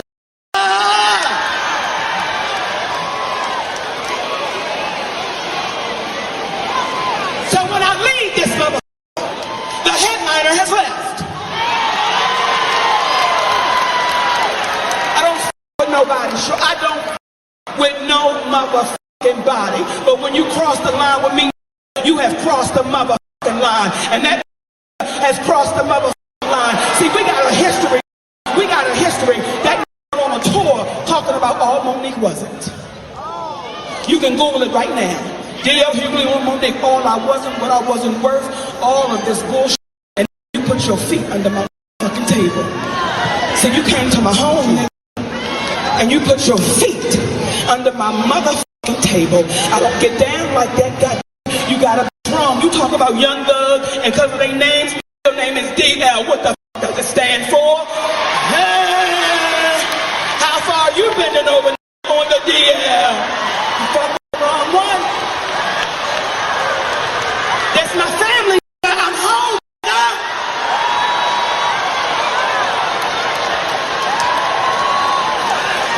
I'm motherfucking home, yo. I go all the way back with Coco in the motherfucking lounge in the back of the bar when they was cooking motherfucking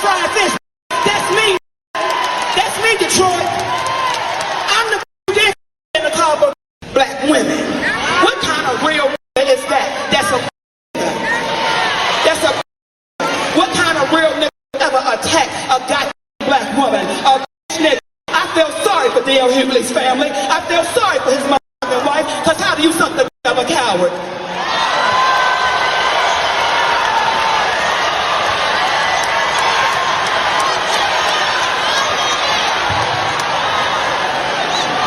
I tried to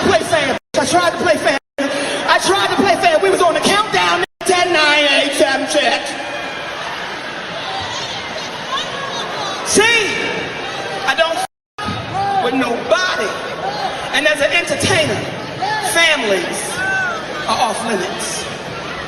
As entertainers, we don't with each other's families.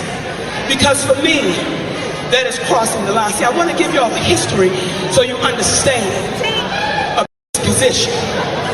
I want to give you the history, mama, so you understand. See, when I look at my wives' sisters, and she look at me like this, get that. Thank you, mama.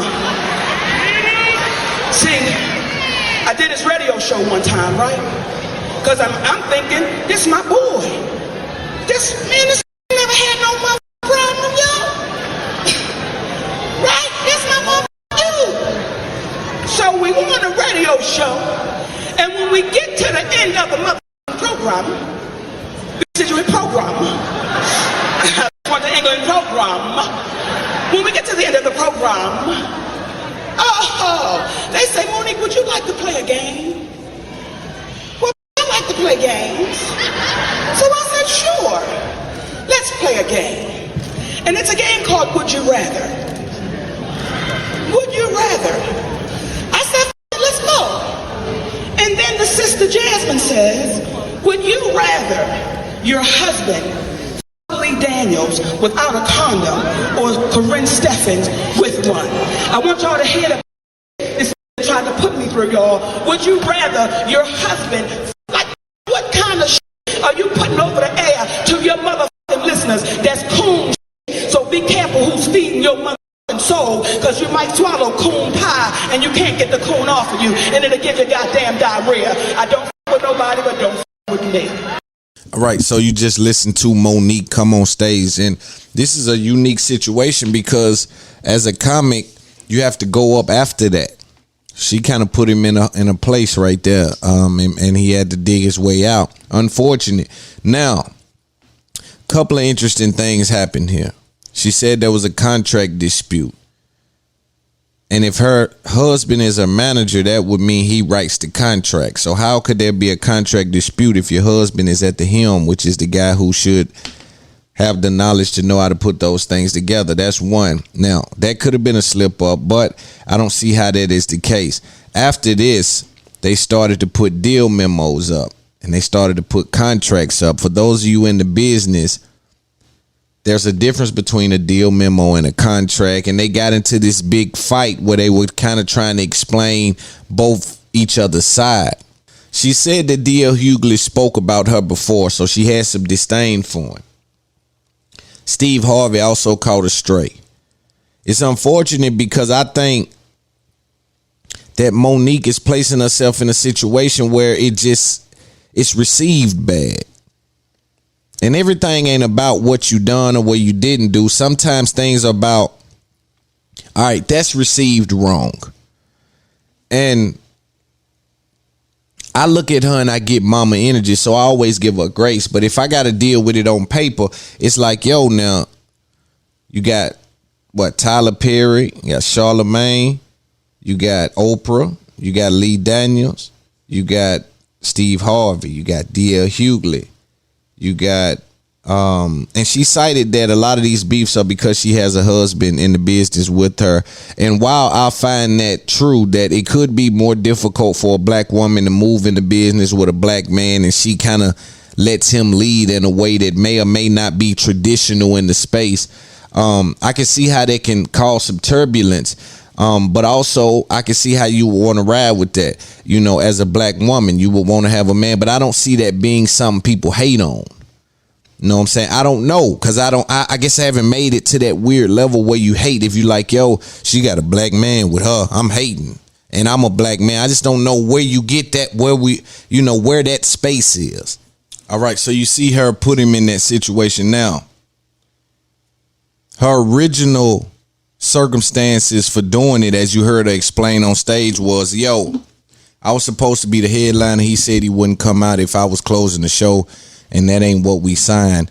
Respect your deal. You trying to step on black women and all of that. And so after that, they started to post what they thought were the agreements. And so the show was over, and D.L. Hughley posted this picture of Monique. All you have to do is check the order of the names on the ticket stub from last night, and you'll see who's confused. Against my better judgment, over the objections of my team and 4 other occasions where I said no, I decided to take a chance and work with Monique. Oprah was the problem. Tyler was the problem. Charlamagne was the problem. Steve Harvey was the problem. Lee Daniel was the problem. Netflix was the problem. Now it's my turn. At some point, it can't be everyone else. It's you. Lesson learned. I didn't have anything personal against Monique. People paid a lot of money to laugh, not hear about your contract. Apparently, the role you played in Precious turned out to be an autobiography. I wonder who's next. And then he cited D.L. Hughley, which is, of course, his name. Again, so that's him responding to her initial claims that there was a contract mix-up. And so he then went on to explain that tweet from D.L. Hughley. After this, I don't want to hear no more about this. Here it is in black and white. The only thing blacked out is personal and bank info. Pay attention to headliner, highest paid artist on the show, artists to have approval of lineup of the show. D.L. Hughley closing, receipts over opinions. I got everything that was stated in my contract, everything. But let's say I didn't. My beef wouldn't be with anyone but the promoter and or my team, and I damn sure wouldn't make it personal. If you had a problem, take it up with management. And by that, I mean yours, DL. I don't know, man. That's a legitimate statement. Because if your situation was contract, then you would approach that in a different manner.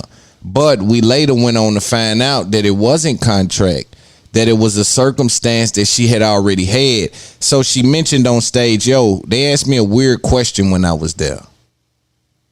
They asked me a weird question about my husband, D.L. Hughley did. And so ain't no way in the world I'm going to let him get away with that. Who he think I am? And I couldn't help but ask myself, Loon, what are we doing in our culture? And I came to the conclusion that Monique is the woman version of Will Smith. Everything that we saw Will Smith do, everything that we saw him put on the line was at the hands of someone that he married because of how his woman felt or how you made his woman feel. And we see the same thing with Monique. Right when you get yourself back in the door, right when you start to get a little more traction, and you and Lee Daniels make up, and he possibly working on the Tyler and Oprah relationship, and you double back and go back down that road because they offended your husband. And we know, don't nobody love like a black woman. We know that. But that doesn't negate what I'm saying. I think she is the female version of Will Smith in regards to how they handle scrutiny to their partners in the public eye. She just doesn't have the luxury that Will Smith has in regards to runway or just movies or just legacy in the business. You know, and so DL starts to talk as you hear some of podcasts speak about whose name is first or who has the biggest font on the flyer and things like that. That is in accordance to who's paid the most. The closer usually is who's paid the most, right? Because you want to keep the fan there as long as possible, which makes them buy more drinks, buy more food, right? It's better to keep them in the place for longer. So the closer usually goes last. I also did think, though, it take a lot of nuts for a woman to come on stage and say that. Right, to come on stage and be like, yo, y'all got me messed up. Who they think I am? They doing this and that and they wrong and they ain't gonna keep stepping on me. You know, even though I'm not sure that it was a contract problem, but I do know that it take a lot of cojones to do something like that. You know, and it's something to be said about black women having that level of viciousness in them in the marketplace, right? And so after she posted her contract, and so after DL posted that, she ended up posting what she had as a deal memo. Let's take a look. as you see on the screen, this is the rest of DL Hughley's agreement. As you see at the top, he is signed to UTA, which is the same. They're active also in podcasting and all talent. And right here, he shows the show schedule. And again, it says DL Hughley at the bottom, closing.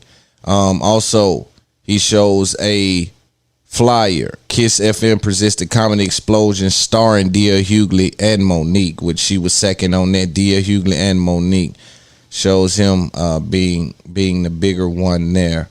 So just a unique situation. Now, after that, here is her posting in response to that. And again, it's just interesting to get into this because this is, again, contract disputes. This is deeper than just these two people going at it. This shows you this gives you insight into doing business on a high level, like, right? So when you go and sit at a theater, you don't know all this is going on the back end, right? So I think it's interesting to see it, even the fights that artists and comedians and boxers and people have when they think they're side A or when they think their leverage is who's bringing the most people and things like that. We heard Joe and Maul and them go through it, where Joe said something to Maul, according to Maul, that, yo, I got these people wrapped around the corner, right? It's that makes a person feel away, because it's a whole different vibration when you in that show arena. It's a different thing that happens. So Monique tagged DL Hughley.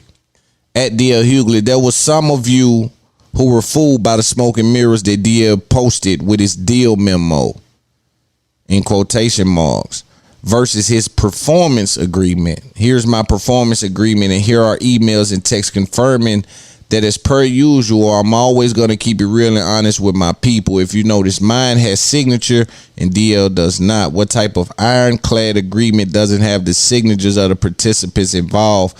Apparently DL's, LOL. Now, you told me to check with my management, and this is what I came up with. So how did I do? Perhaps you shouldn't have taken your own advice, because I'm sure your team would advise you against trying to pass a deal memo off as a contract.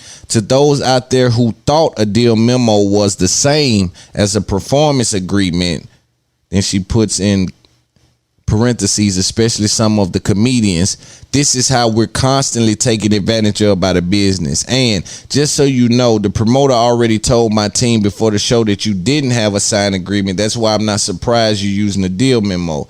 That says maybe they lied and you actually have a contract. If so, the promoters have put themselves in a terrible position to have more legal action taken against them beyond malicious concealment for breaking the contract at the last second.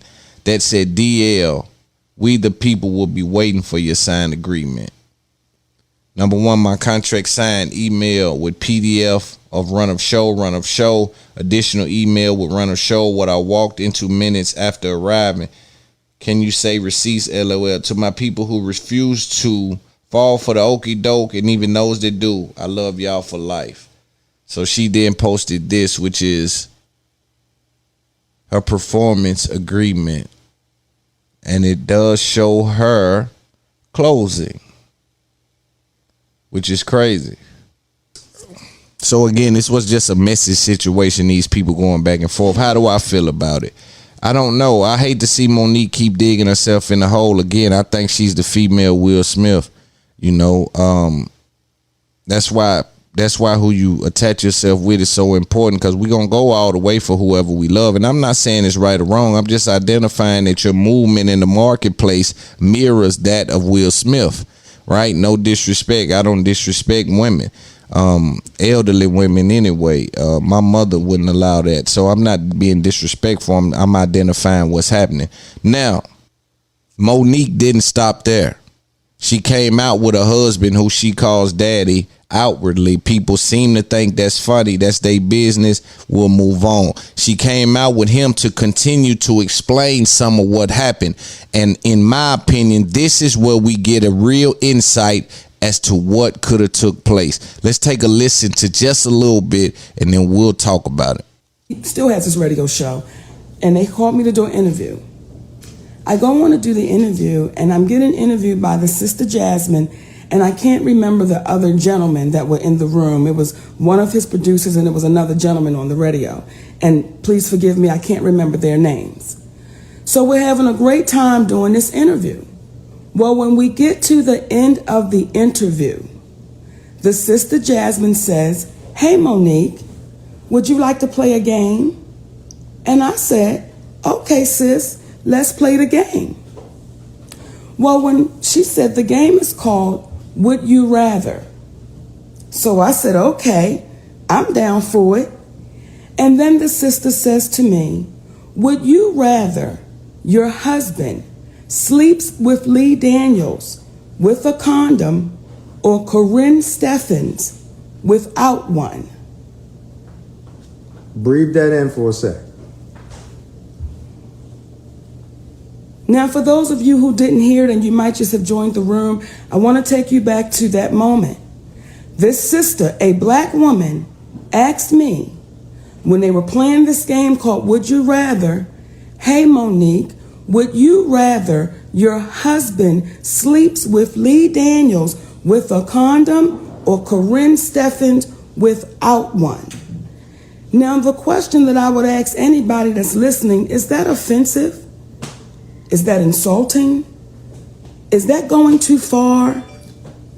And how, when you are pro-black or portray yourself as a pro-black man, how is that helpful to the community to ask, would you sleep with Lee Daniels with a condom? Would you prefer your husband sleep with Lee Daniels with a condom or Corinne Steffens without?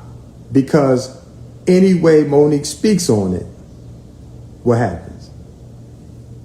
You're downgrading the other person. Yes. And despite the fact that Monique and Lee were having a rift at the time, she refused to say anything negatively against them in that regard. She wasn't going to play that.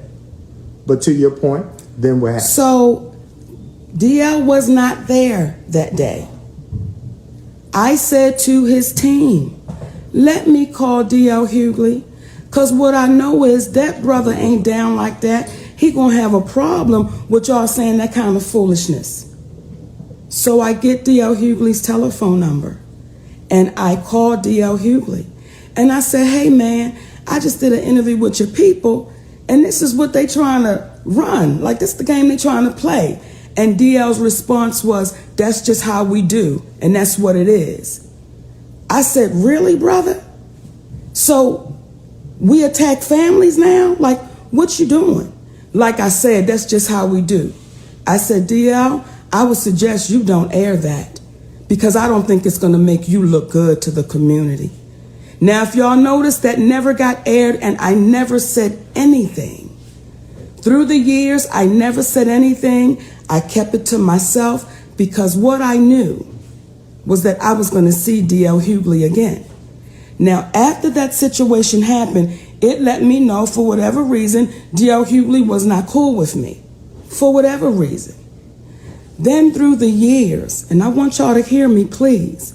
Through the years, I've listened to this man talk about all that I'm not, what I didn't deserve.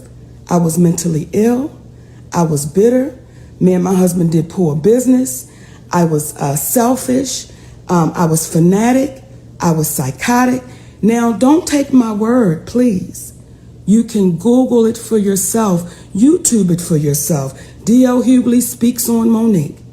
And through the years, my babies, I said nothing because I knew the day would come that I would see DL Hughley.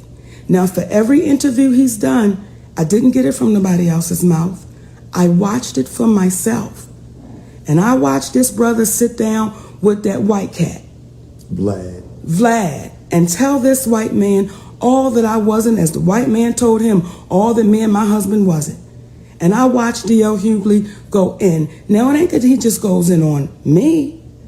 DL Hughley has a habit of saying freely what he wants to say about anybody.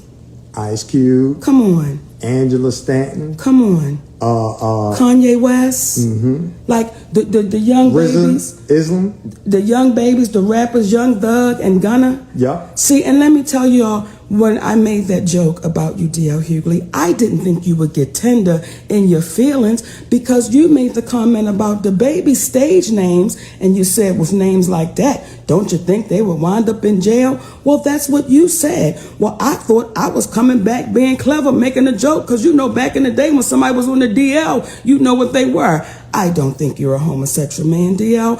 I was making a joke and I can't believe you got tender.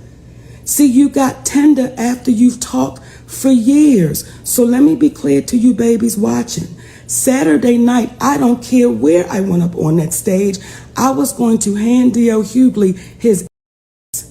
Because through the years, I've listened to this man speak so freely about my poor decisions, my life choices, and he spoke as if we had a conversation sitting down talking. Now, please tell the good people out there what it is that made you go on his show to be blindsided by that question in the first place. What was it about your relationship that made you think he was a comrade in comedy? See, y'all, I'm one of them old school kind of girls. I'm one of them old school. Let me say this. I find it interesting that she says that no matter what, he would get it that night. What that tells me is that if I know I'm going on stage with someone that I'm going to do that to, I don't prepare. I won't write any jokes because I know what I'm going to do. I'm going to say this, that, and the third about him, and that's going to take half the time, and then I'll roll into whatever I'm doing. Now, let's say let's say you did prepare jokes. Because I don't want to assume anything, right? But I'm just dealing with the information. It almost seems like that was a filler because it wasn't a contract thing in her words right now. I mean, according to her, now it ain't a contract thing. It's a disrespect thing. I'm like Will Smith. He said something to keep my husband name out your fucking mouth. That's all I can envision when I hear that. Because all I can keep saying is long you don't fix a contract on stage. So when I saw that, I'm like, it ain't a contract thing because you don't fix it on stage. Right? Now, she said, Loon, they lured my husband and they lured me into a question where they disrespect my husband and family is off limits. Then he did smoke and mirrors with the contract. I think their contract dispute is something I can't validate who's right in regards to that. Now I can validate if I have to deal with the results because the results say that the headliner goes last and he went last. So just dealing with sure results, we would have to say DL was the headliner. I also find it funny how him and her be communicating. If you hear him, it's sister and brother. Them old school say brother and say some of the most salacious shit in the world. Brother Richard tends to steal. I wouldn't leave brother Kathy at your house by herself. Brother Kevin go into your cabinets and he'll steal everything you have. And Sister Terry will sit there and watch him. They don't really have that brother and sister make it seem it's like it's coming soft, but it's sometimes still can be coming rough at you. Okay, so just to kind of summarize where we at right now, Monique went on stage, had a show with D.L. Hughley. She went on stage in Detroit and proceeded to call D.L. Hughley out. At that point in time, she cited that contract dispute was the reason for the outburst on stage.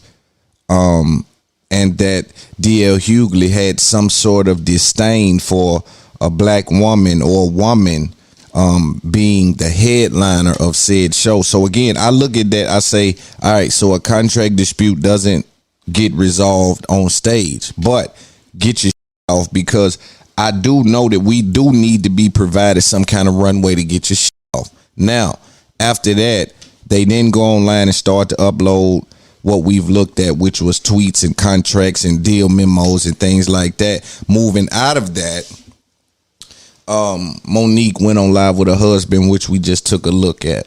I know I said that Monique is kind of like the female version of Will Smith in this situation, just in regards to how she reacted to what had happened to her loved one or her mate, her spouse, the person that she puts all of her attention and love on. When something happened to that person, she reacted in a way that could or could not affect her career in the same way that Will Smith did. As much as I cite that, I then say she's kind of different because she had to work her way back even into grace. Will Smith fell from grace. He's been in grace for a while. He fell from grace. He didn't work his way back in and then blow the shot again, right? So for me, when I see Monique do that, I know she's stuck in between a rock and a hard place, but I do want to cite that we don't want to get tricked into defending unnecessary jargon. You know, people talking online, they say they call me all kind of rap niggas names and I look like this dude and that dude. I don't care what they saying, because it don't matter. No way, it don't matter one way or the other. You understand? So we can't fall victim, especially when we know who we are, right? I know I come to the game to put podcasts down and, you know, whatever that is. Now, she know I come up here to do comedy. Yeah, I come up here with some of the funniest jokes they ever heard in their life. Ain't no way they can deny this. Now, you want to fight about the headliner? Cool. I'll go out there and smother you. Joke on top of joke on top of fire, joke. Now, come up out of that, Mr. Headliner. Right? And that's when you remember who you are. You understand? But her having to work herself into that position and then seeming to publicly affect her perception just seems counterintuitive to me. And in the same instance, I made the mistake with Will and said, yeah, man, you should have reacted like that. Right? Because I know how much I love my loved ones, and any disrespect gonna cause for a demonstration. So I understand the thinking, but then I had to pull back some and say, nah, Loon, you don't go in the trick bag. The same way Will went in the trick bag, Monique went in the trick bag. And for me, I'm not trying to hold disrespect for 4-5 years. You know, I need to handle, you know, if there's something that was said that I need to address, I kind of want to do that prompt. I want to get right to that. Ain't no sense in me going no whole bunch of days with that on the back burner, you know, but I'm not a woman, so I can't tell a woman how to react to an issue or a problem that has her involved in it, you know. But what I can say is that had she knew the contract was messed up, would had meant that the promoters was liable. And as I age and get older, I understand that peace is knowing, right? So if I know I got you on a contract doing something outside of what you're doing, I know that to be the case. Ain't no sense in me hooping and hollering. My new slogan to people is lower your tone and strengthen your argument. Yeah, lower your tone, strengthen your argument. Because oftentimes, like, we get emotional about things, and so we talk about them from a standpoint of passion. And me, I have a unique ability to be passionate and also informative. But sometimes people are passionate with no information attached to it. And because of the passion, it can come off like they're right. And that's a slippery slope. But had you been on stage knowing that you had a rabbit in the hat, knowing that because you want to please your fans and come out and say, yo, we're not just leaving the fans like that, so we're going to do this. But I got you dudes. You dudes, I got the contract stating X, Y, and Z, But again, I would hate to believe that she didn't prepare. And that she literally came up there and was watching the time like, I got 45 minutes up here, so I'm going to waste about 18 minutes doing this and then go into my 28 minutes that I got or whatever's left. Like, I would hate to believe that, her being a veteran, and I don't want to make those assumptions. But I don't know how to answer the people that's saying that. Because you would hate to be viewed like you was trying to steal the lines from the lead role. You know what I'm saying? You don't never want nobody to, because you want people to understand that you understand the business. And tonight you fall here And that's what it is. Tomorrow you fall up there. But either way, you're making a living, and you still proud and happy that you've made a living in this business for so long, because we still remember what it's like for comics to come in, sell out this, sell out that, and go down. For rappers to come in, go all the way up with that one single and come down and no longer in the game. So we still have an appreciation for longevity. We don't disrespect history. History shows us that it's hard to maintain in the turbulence in this business. And so if we've been able to do so, we need to make sure that we stay present in the moment and be grateful for what it is that we have. Sometimes we get lost by who name is big on the flyer, by who the last to come out. We forgot that it's probably 60% of this crowd rappers. They would love to be on stage, no matter where they come in at. We forgot that it's 80% of comics not being paid. So 80% of people love to come out no matter where they come at, right? So sometimes we move from what our original goal was to set out to do something we enjoy to do, make money from it, and provide for my family. Everything else is extra. Everything else is extra, but sometimes we get caught in that. You know, they ain't, because sometimes I be feeling, they don't want to post, they didn't post it. They ain't sure. Nah, we gotta be grateful. Listen, Loon, you in where you in at. You come in with some paper. You can move around how you want to move around. You've partnered with some people. You got a real opportunity. It's on you. Let's figure it out. You know, but the first goal was to be in this position, so I need to celebrate that while I'm still working towards the next goal. But it just seemed like Monique may have forgot what it felt like to be locked out the industry. Not that that should cause you to shut up when you're right, but that should make you aware of what's at stake. You don't walk on hot coals and not expect your feet not to get burned. You don't go out in the rain and expect not to get wet. You prepare for what you about to head through. You understand? So you don't put yourself in a situation where you just frivolous, you know, you where you just come out of a situation where you, let's say you were misrepresented. Let's say you were blackballed and all of these things. You work your way back in and you place yourself in a situation to be able to actually have a shot at it. Make yourself powerful. And then if you got something to say something, but you keep saying something before they even pitch the ball. You keep showing the play. You keep falling for the 2 minutes. They let you get all the way up to the line to see what play you're running and call a timeout. And then we call a defense for that play. You keep doing that. And at some point, we got to know, based on our experience, what's worth our engagement. Right? If there was a contract dispute, there's a way to handle that. But we know it ain't a contract dispute because our wonderful sister Monique came out and said, it ain't a contract dispute. I was going to hand him his ass no matter where it was. But when I caught him on stage, I wanted him to be there when I spoke to him that way. And so why did we start off with the contract thing? Nonetheless, let's listen to what D.L. Hughley responded with, and then we'll move on. All right, that was Khalid talk. I work very hard to control the environment I work in comedically. I only work where I want to work and who I want to work for. I want to work with. I don't work because that is a very precious place to me. I've been offered a gig, a couple of gigs, 3 or 4 gigs to work with Monique in LA, in Brooklyn, in Houston, and I turned them down because I didn't think it would work. So after talking to a lot of people, and one of the very people in this room about how things are different, 2 of the very people in this room, as a matter of fact, and how things are different, and look at, how things are coming around, I decided it would be wrong for me not to give somebody a chance based on things that they'd never done to me. That would have been wrong to me. And when she talks, she goes on her diatribe and she talks about me having my feet under her table. That was at her invitation. I was doing a gig in Greenbelt, Maryland. She lived in Baltimore. She was having a fight party. It was, I think, Evander Holyfield and Mike Tyson. And sure enough, I came to her table at her invitation. And it was a wonderful time. As a matter of fact, it was based on that interaction, along with talking to people, I decided that I would do these gigs. I decided I would do it. And now I know what Tyler Perry knows. I know what Lee Daniels knows. I know what Oprah knows. I know what Steve Harvey knows. I know what Charlamagne the God knows. I know what Netflix knows. Saying yes to Monique is an occupational hazard.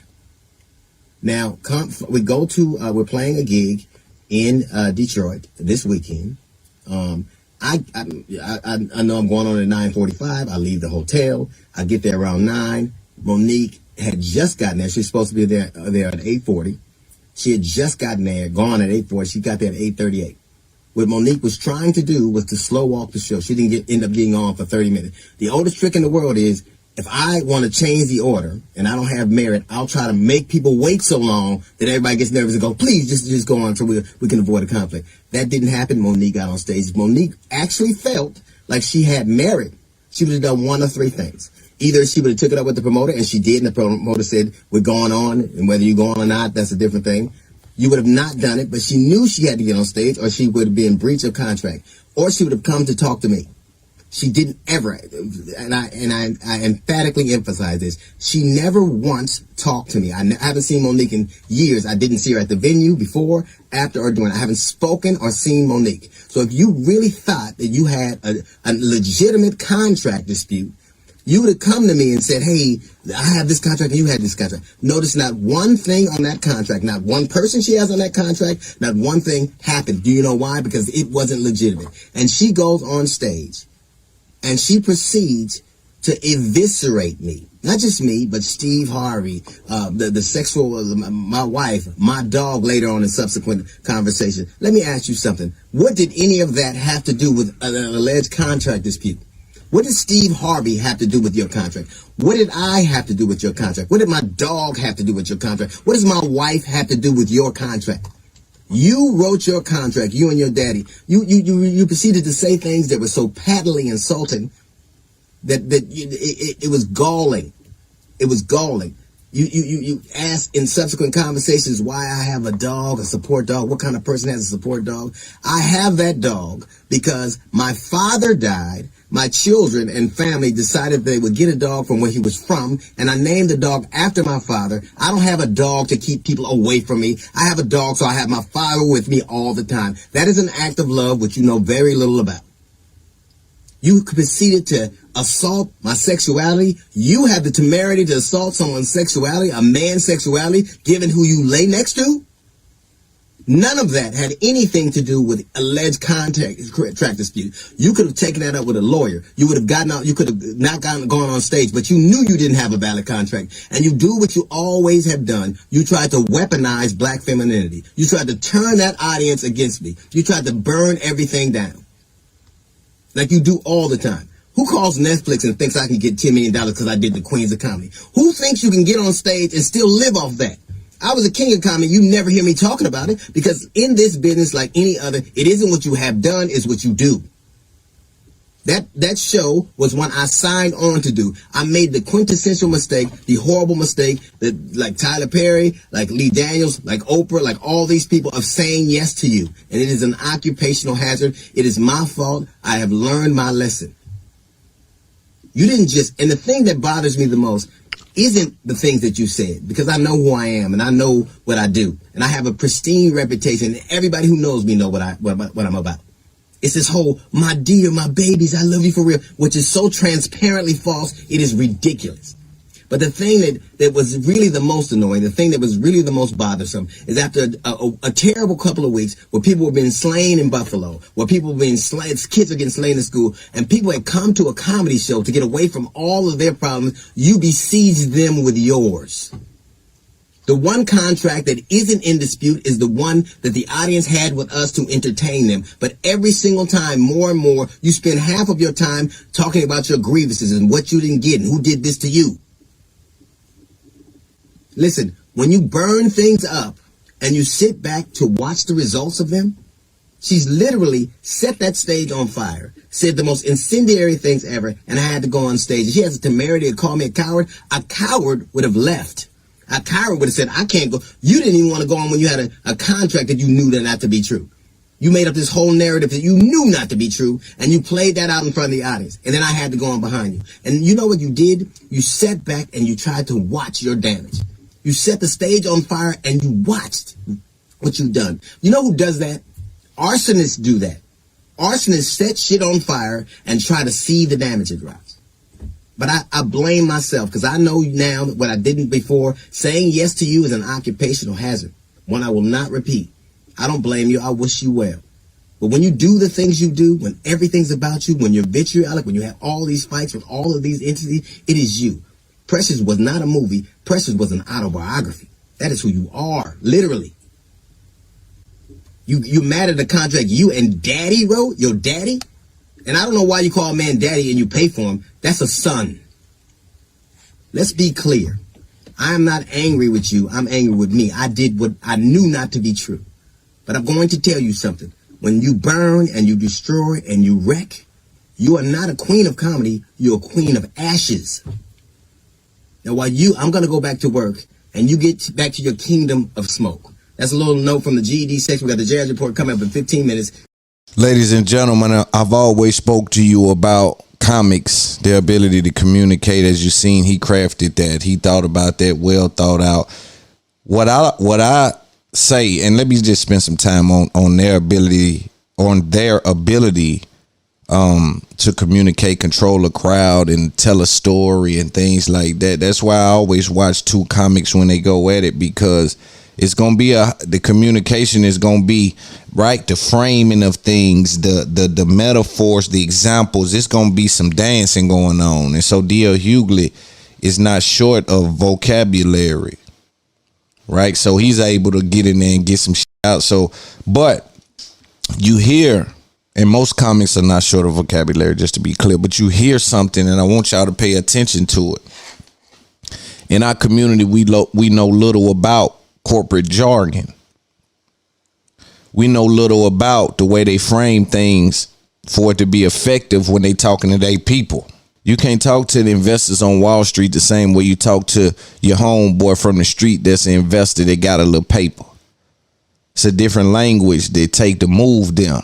I explained last week how they don't tell our powerful artists and people what to do. They know how to influence them by bringing them data that matches the outcome that they're looking for. It's high level jujitsu mind games going on, right? So you got to know jargon. You got to know what the kind of, just like if you in a car, the car don't say door open, it says door ajar.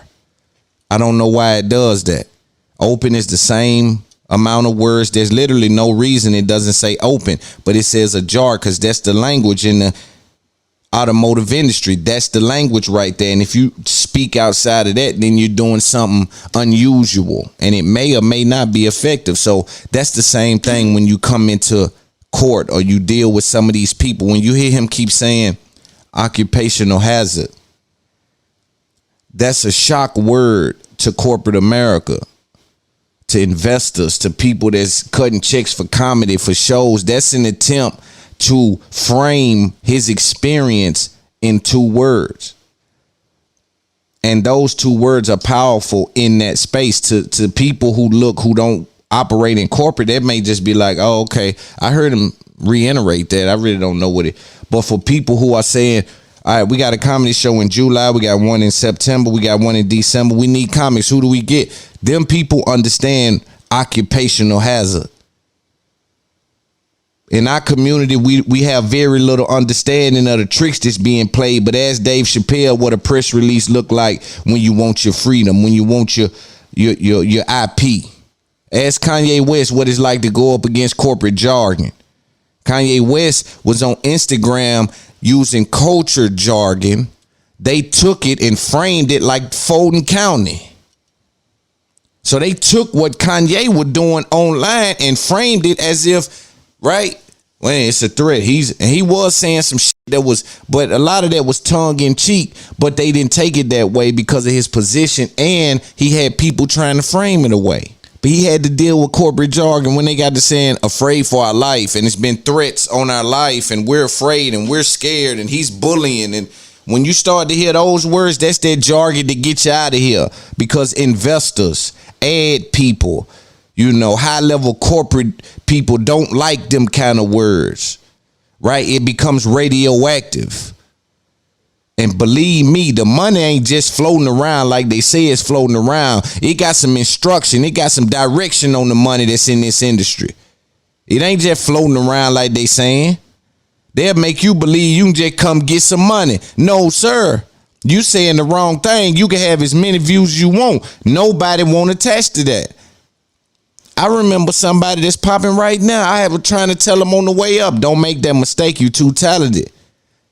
Right? But I understood him because people with our kind of talent that can communicate the way we can communicate is fast and easier for us just to grab someone that's ahead of us and just rip them apart, embarrass them, make them look bad, and just take the audience. But I said, no, don't do that. Just build it because you that talented and you got longevity when you do it that way. You make yourself radioactive. No matter your views, bro, they not going to let you get no real paper. It's just how this game, it's instructions on this. And so when they start to say certain things, they let me know that they trying to interrupt the money. When they went at Kanye like that, when they went at Dave, I think Joe even went through it a little bit, Charlamagne.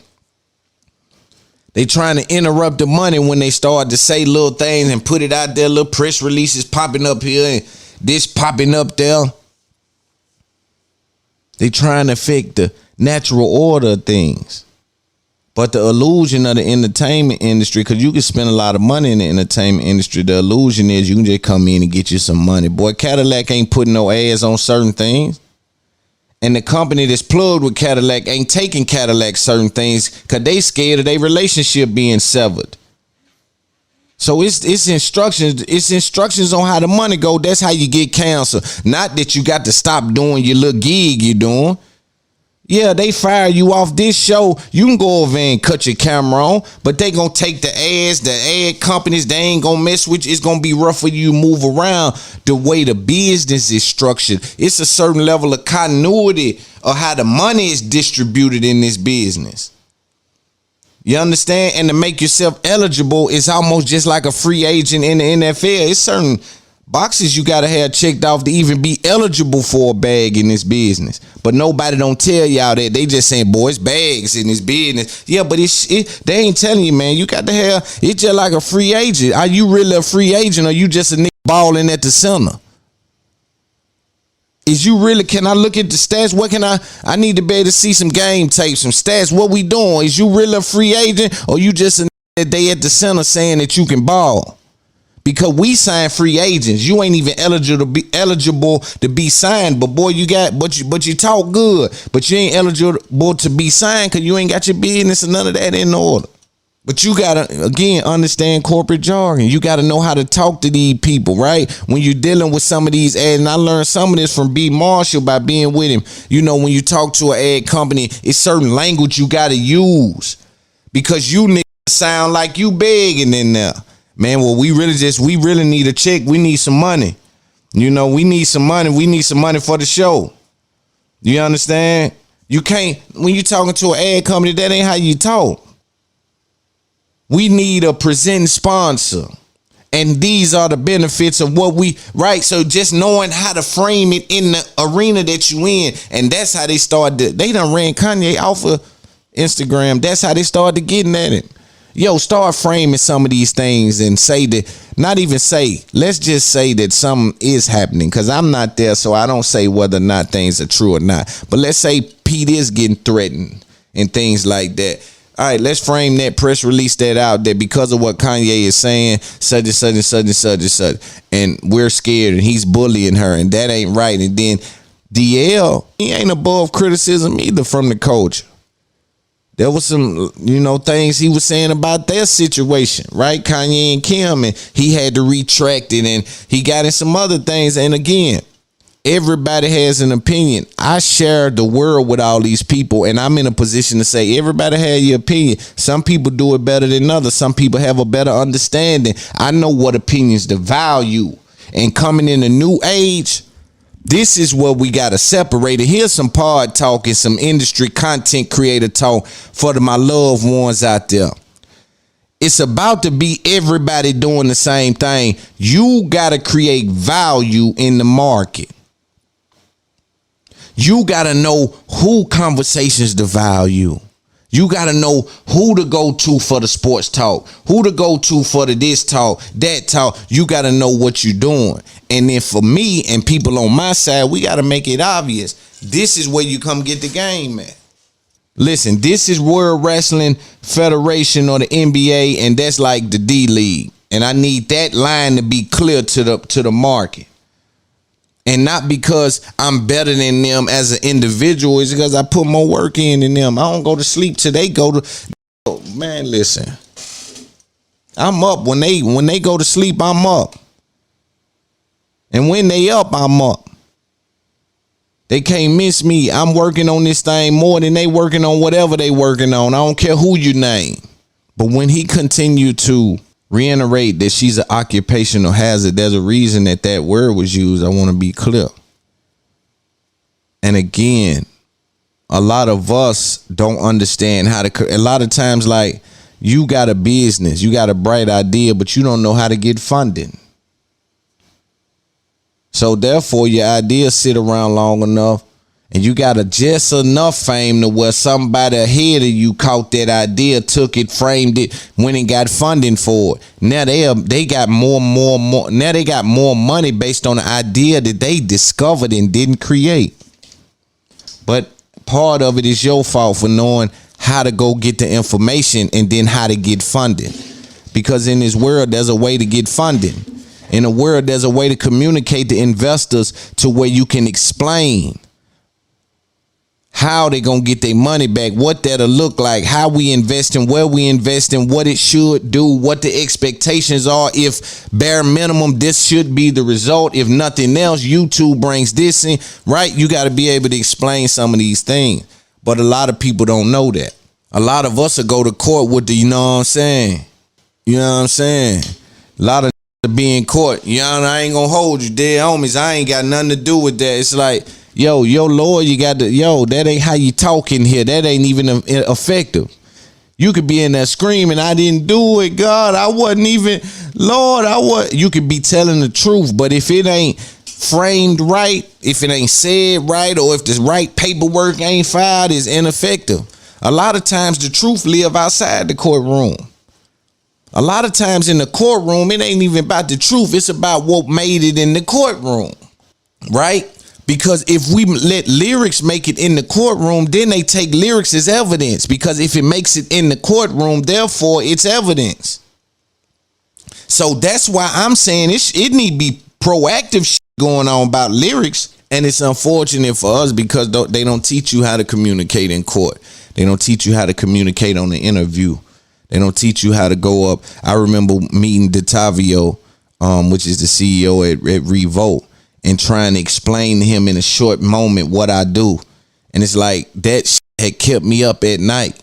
It's like, Lone, how do you explain what it is you do to people that's actually the button pushers? Because you can't just come to them like, yo, I do a pod. It's like, excuse me? But that's how a lot of us is coming at each other, and they calling that culture. And they blaming people for saying you ain't part of the culture because you ain't see me on my come up. I had came up to you and told you, yo, I got a pod, and you missed it. And that's the problem. Because at first I even believed it. I tell Rashad from Earn Your Leisure all the time, I'm like, yo, I thought it'd be much harder.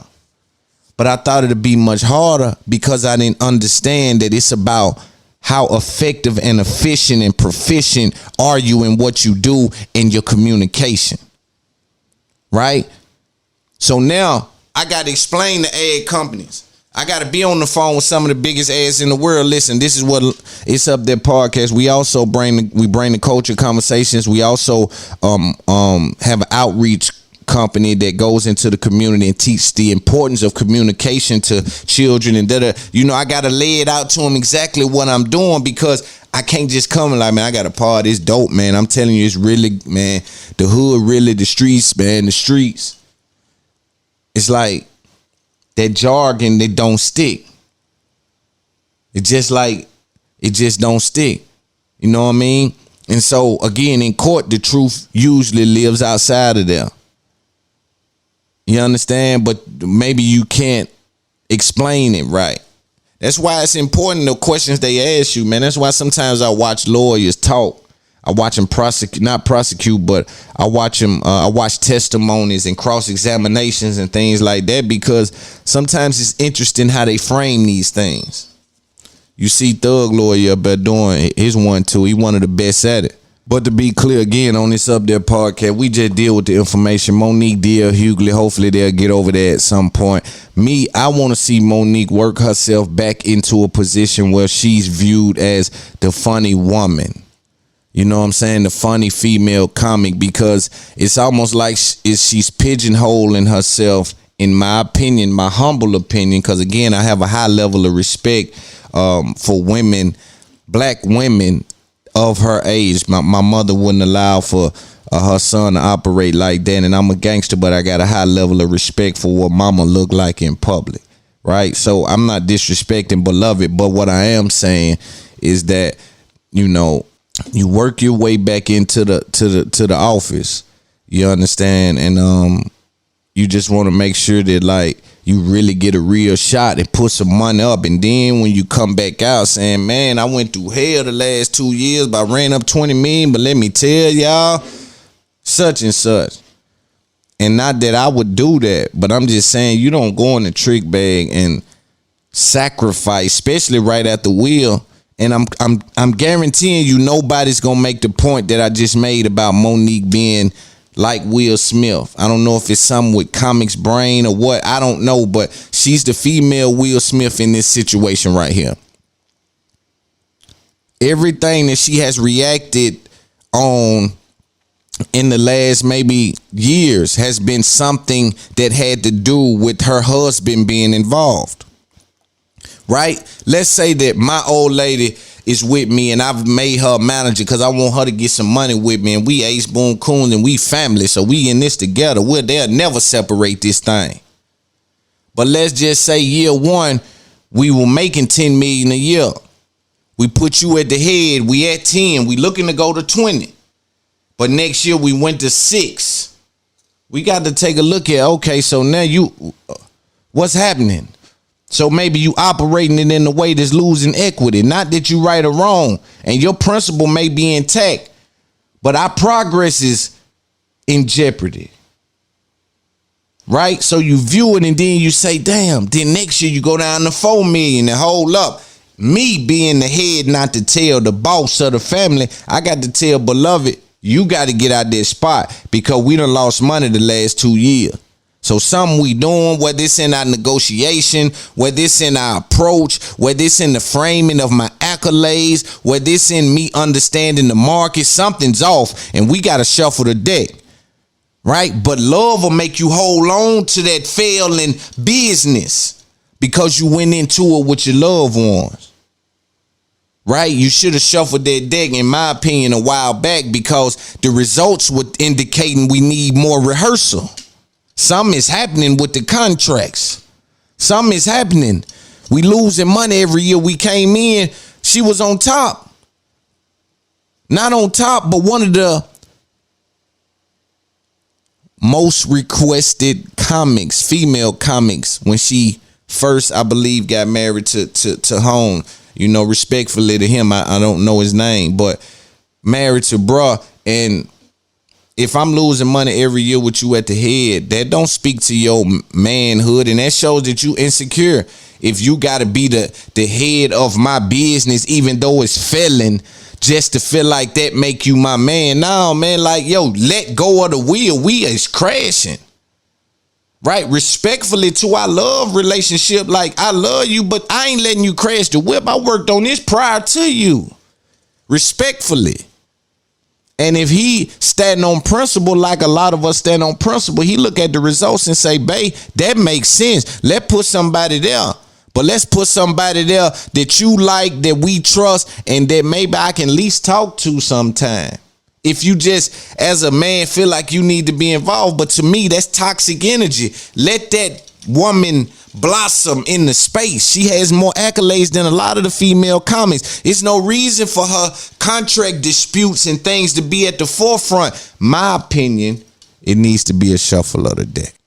Too many times we let love dictate our direction. I'm not going to be a prisoner to your love. I love you like a motherfucker. But I can't let you set the house on fire. That mean I burn up too. But see, women is willing to go down with the ship. Had that been a man and a woman as his manager and the money dwindling year after year, because respectfully, she can't tell me that she didn't lose money for those years because she went into a slump because the industry stopped calling her phone. A lot of it was because she came out and talked about whatever needed to be talked about. But in my opinion, that was at the direction and because of the encouragement of what her man was telling her to do, which he may have felt it was right in that time. I don't know, but I'm telling people that if you are in a situation, if I'm in a situation, if you're not dealing with the information and you dealing with your emotions, and your emotions is driving the vehicle, no matter the circumstances, no matter the outcome, no matter what's at stake, you've placed yourself at a disadvantage. It's only so much talent can do. It's only so much talent can endure. Talent can only sustain but so much. Business acumen got to come in and kick in. And at some point, that's what's going to take over. Talent becomes a thing of the past. Now it becomes celebrity you're dealing with. See, first you come in the game, then don't nobody get this game out. First you come, and I'm freestyling. First you come in the game dealing with talent. That evolves. Then you start to deal with celebrity. Then you start to deal with legacy.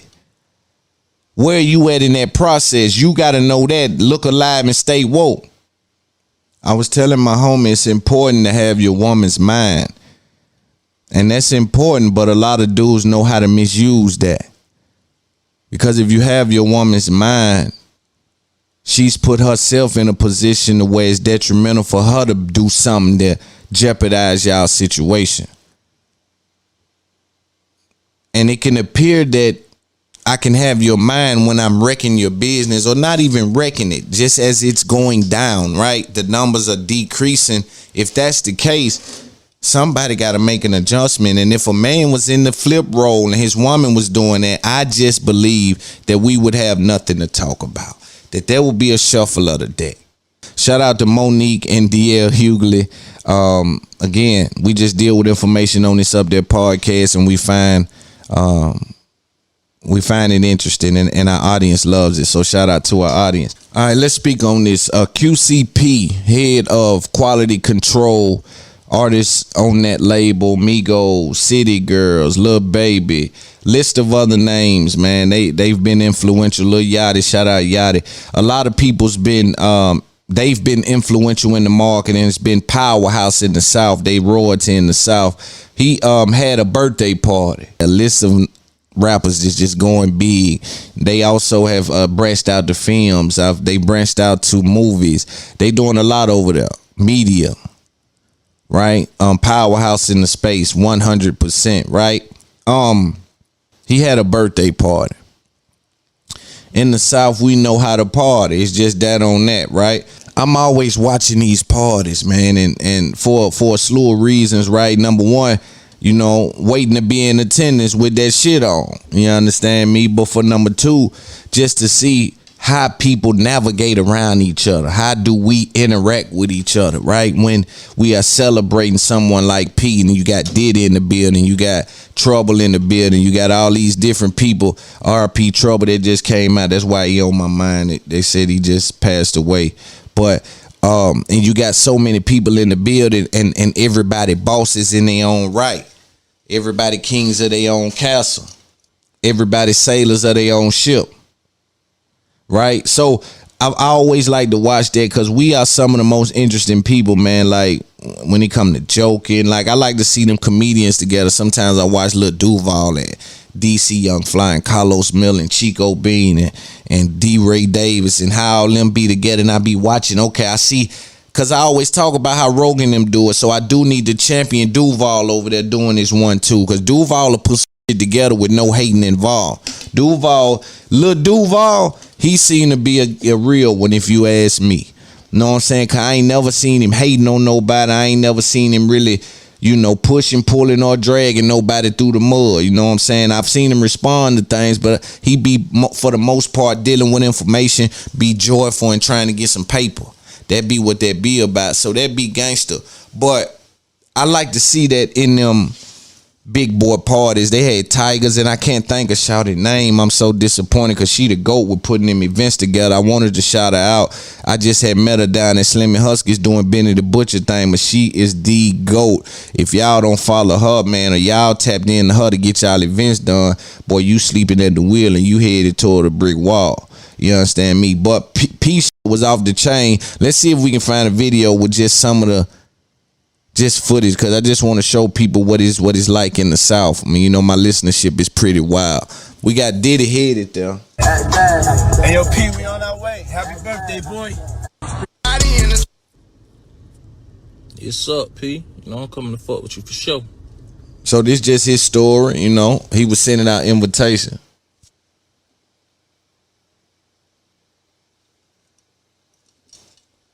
He did it big, man.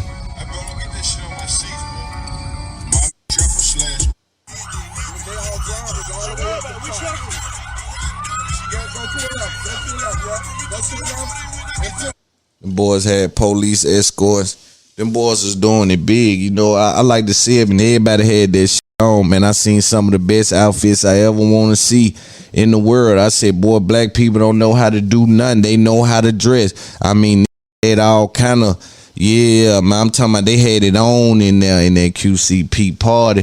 The thing I also seen wasn't a pair of regular teeth nowhere in there. Now some had no regular teeth. Had to be 16,000 pair of veneers in that mother. One thing about it, that's how you know you at a top-notch party. Ain't no regular teeth in there. Everybody got them fake ones. Pearlies. Hitting hard. You know what I'm talking about? Everybody running around with veneer smiling. You can't stop them, man. Ain't nobody, yeah, man, because everybody getting paper. But I liked to see that. But, when I said, man, when black people get money nowadays, the first symbol, if you got, man, they going to get them some teeth. Especially they in the entertainment industry. Every son in that party had veneer. And it wasn't them cheap teeth that's embarrassing. Them little baby be talking about. Nah, it wasn't them sheets of paper in her mouth. It was them real teeth. Yeah, them porcelain mouth. It wasn't them compositories or whatever them is. Them other was them. It wasn't them $400 a piece joints. It was them joints. But yeah, everybody had veneers in there. Before I get to anything else, let's get to Nick Cannon and Joe Budden. For those of you unaware, Nick Cannon just went on Joe Budden's podcast, and I was going to save it for the end of the show to kind of speak about it because I don't know what I want to say about it. But let's listen to a little bit of it and have a conversation about some of it. Now, I do in particular want to speak about this. Nick Cannon spoke about him being in a position to own his brand. And because of the negligence of the company that he was attached to, because they had all of their eggs in other baskets, he was able to blossom in a way that now causes him to be wealthier than a lot of people on the Forbes list. See how I deal with that information and give it to you? Ain't but a few dudes can do that. But he was able to speak about how he was even able to still own a big portion of Wildin' Out at the time of people saying that he was canceled or going to be canceled off the show. He was still owner of the show. But again, it's about press release. Ask Nick Cannon about that corporate jargon. When they start to frame it a certain way. Don't matter what the truth is. What can they get out there and spread quick into the masses? Because Shade Room don't answer for the truth. They answer for the people they got relationships with. Academics don't answer for the truth. He answered for the people he got relationships with. It's on site, neighborhood talk. Some of these blogs do answer for the truth, but most of them, it's a business to post. It's a business. I got this amount of followers. I get you in front of this amount of people for this number, though. So how the truth gonna help? How the truth? What the truth talking about when they giving me 22,000 for a post, and I can erase it in 2 days? They ain't even requiring it to stay up for 22,000, and you saying post the truth right now? I felt like that. Why did it appear to be a campaign to disassociate you from the brand? Great question, but let me give some game as to the arena that we're in right now and why it's important that people pay attention. We're dealing with Joe Budden and Nick Cannon, and respectfully, Nick Cannon is on a different level than Joe, but Joe had an opportunity to basically do something like what Nick Cannon had to do with Wildin' Out for it to continue to be what it is today. So if we took Wildin' Out of the picture and put Joe Budden podcast there, that's basically, when they come with that kind of deal, that's basically Joe saying no, right? For the Spotify thing. But, and I won't say the deal that Viacom was giving Nick would be the same as what Spotify was giving Joe, but we're dealing with it from a standpoint of opportunity wise, right? Investing on the other side, meaning having that network, having that corporate conglomerate that now has a real interest in this product being primetime placement. And really, pushing the buttons on everything in every way that they know how to do. Now, why it's important these two guys are talking is because what Nick Cannon just explained is the opposite of what Joe Budden did. So Joe Budden, it's important for him to try to get in there and refute some of it. I think it's more conversation to be had by those two guys surrounding that subject, because there's so much information in those two different ways of thinking. Joe Budden just kind of conceded to what he said, but I think that he has some ideas that may go against the selling of half your rights or the selling of half your show. I understand what Nick is saying because the business is the business, right? I'm with a network, so I understand it. And I'm sure Joe understands it, but he looks at it like he has a unique amount of leverage. So he views things a little skewed than some other people in the market. He looks at it just a little different. And I'm not sure how long he'll have that stronghold on his audience. But right now, he's able to have that luxury. He basically owned his show, ran it up. It was on Viacom. They didn't know that he had ran it up like that. By the time they found out, it was time for them to cut an extreme check for him to even keep it in that current position. And they did so. All right. So again, what he's explaining was different than what Joe did. But Joe advanced the conversation and went into, which is a good question, why would they look to cancel you if that's the case? We're going to speak on that after we let him. This is a time where we must pay attention. Pay attention to Joe Budden. A lot of those feelings that you hear him speak about, again, that's why I think this was interesting. And I wanted to cite it on the pod is because Nick Cannon and Joe share some of that. When Joe didn't take that Spotify deal and the guys left, it was dark over there.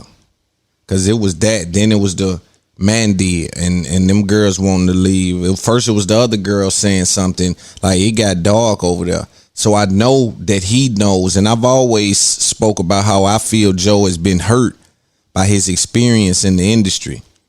Whether that been self-inflicted, whether he's contributed to some of those outcomes will be left for debate.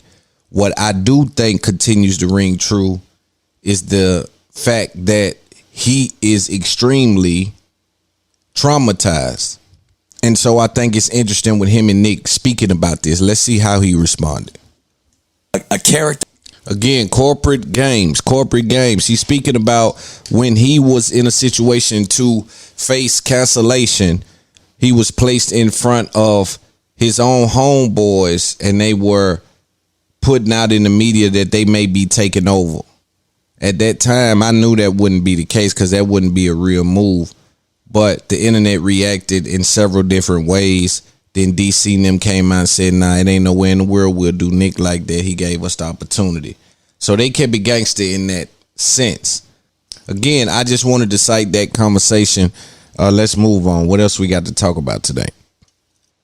All right, let's talk about this. I was thinking to myself, I was telling my homeboy, because we were talking about some people trying to, what will it take for people to be extremely motivated and hyper focused, and what it'll take for them to just stand on what they believe in and really chase their dreams, or drop the drug habit, or pick up the book that they need to read or go to the gym and exercise, whatever it is that they need to do. We were talking about what will make someone do it. In particular, we were speaking about someone that was on drugs. And, you know, me being from the street, I know kind of how some of the behavior of an addict is and kind of how they may think, because they become desperate. And my friend was telling me, Loon, I just think that person got to hit rock bottom. And I said, damn, it made me think about, rock bottom ain't rock bottom no more. Meaning that when we was coming up, or the people ahead of us, rock bottom was when you didn't have nothing and you was down to your last and you might be sleeping in your car, and that was rock bottom for you. Right? You become desperate. You understand? I remember I was watching Earn Your Leisure. Shout out to them. Dame Dash said on there, when you broke, you can justify anything. So you become desperate when you used to hit what was called rock bottom. In my opinion, in the new age, there is no rock bottom. The new rock bottom is death. And the reason is because the drugs ain't no good. And what happens with someone that becomes engulfed in their addiction, they become desperate. They become desperate, so they become to us. They get in a situation where they start to buy things for a cheaper price. And now we're just playing a numbers game, a waiting game, because if you'll buy it from anybody, if the number is right, you're just waiting on you to get a bad batch for you to end up in a bad situation. Because doing drugs and being desperate for drugs ain't even rock bottom. It's headed towards rock bottom. But that ain't even rock bottom. That's part of where you're going when you get to rock bottom. A lot of people won't even make it to rock bottom. It's because when they start to indulge with those drugs and the potency level of the fentanyl in the drugs nowadays will leave you lying on your steering wheel in a matter of 2 seconds. So it's not a situation where you get to indulge desperately and you get to steal and trade stuff in for, because what happens is if you're a dope fiend and I'm your guy and you steal something from me, you can't sell it to me. So you got to go on the other side of town. And nowadays you'll go on the other side of town selling whatever you stole from this side of town. And then you'll get over there and get something that ain't no good. And then boom, there you have it.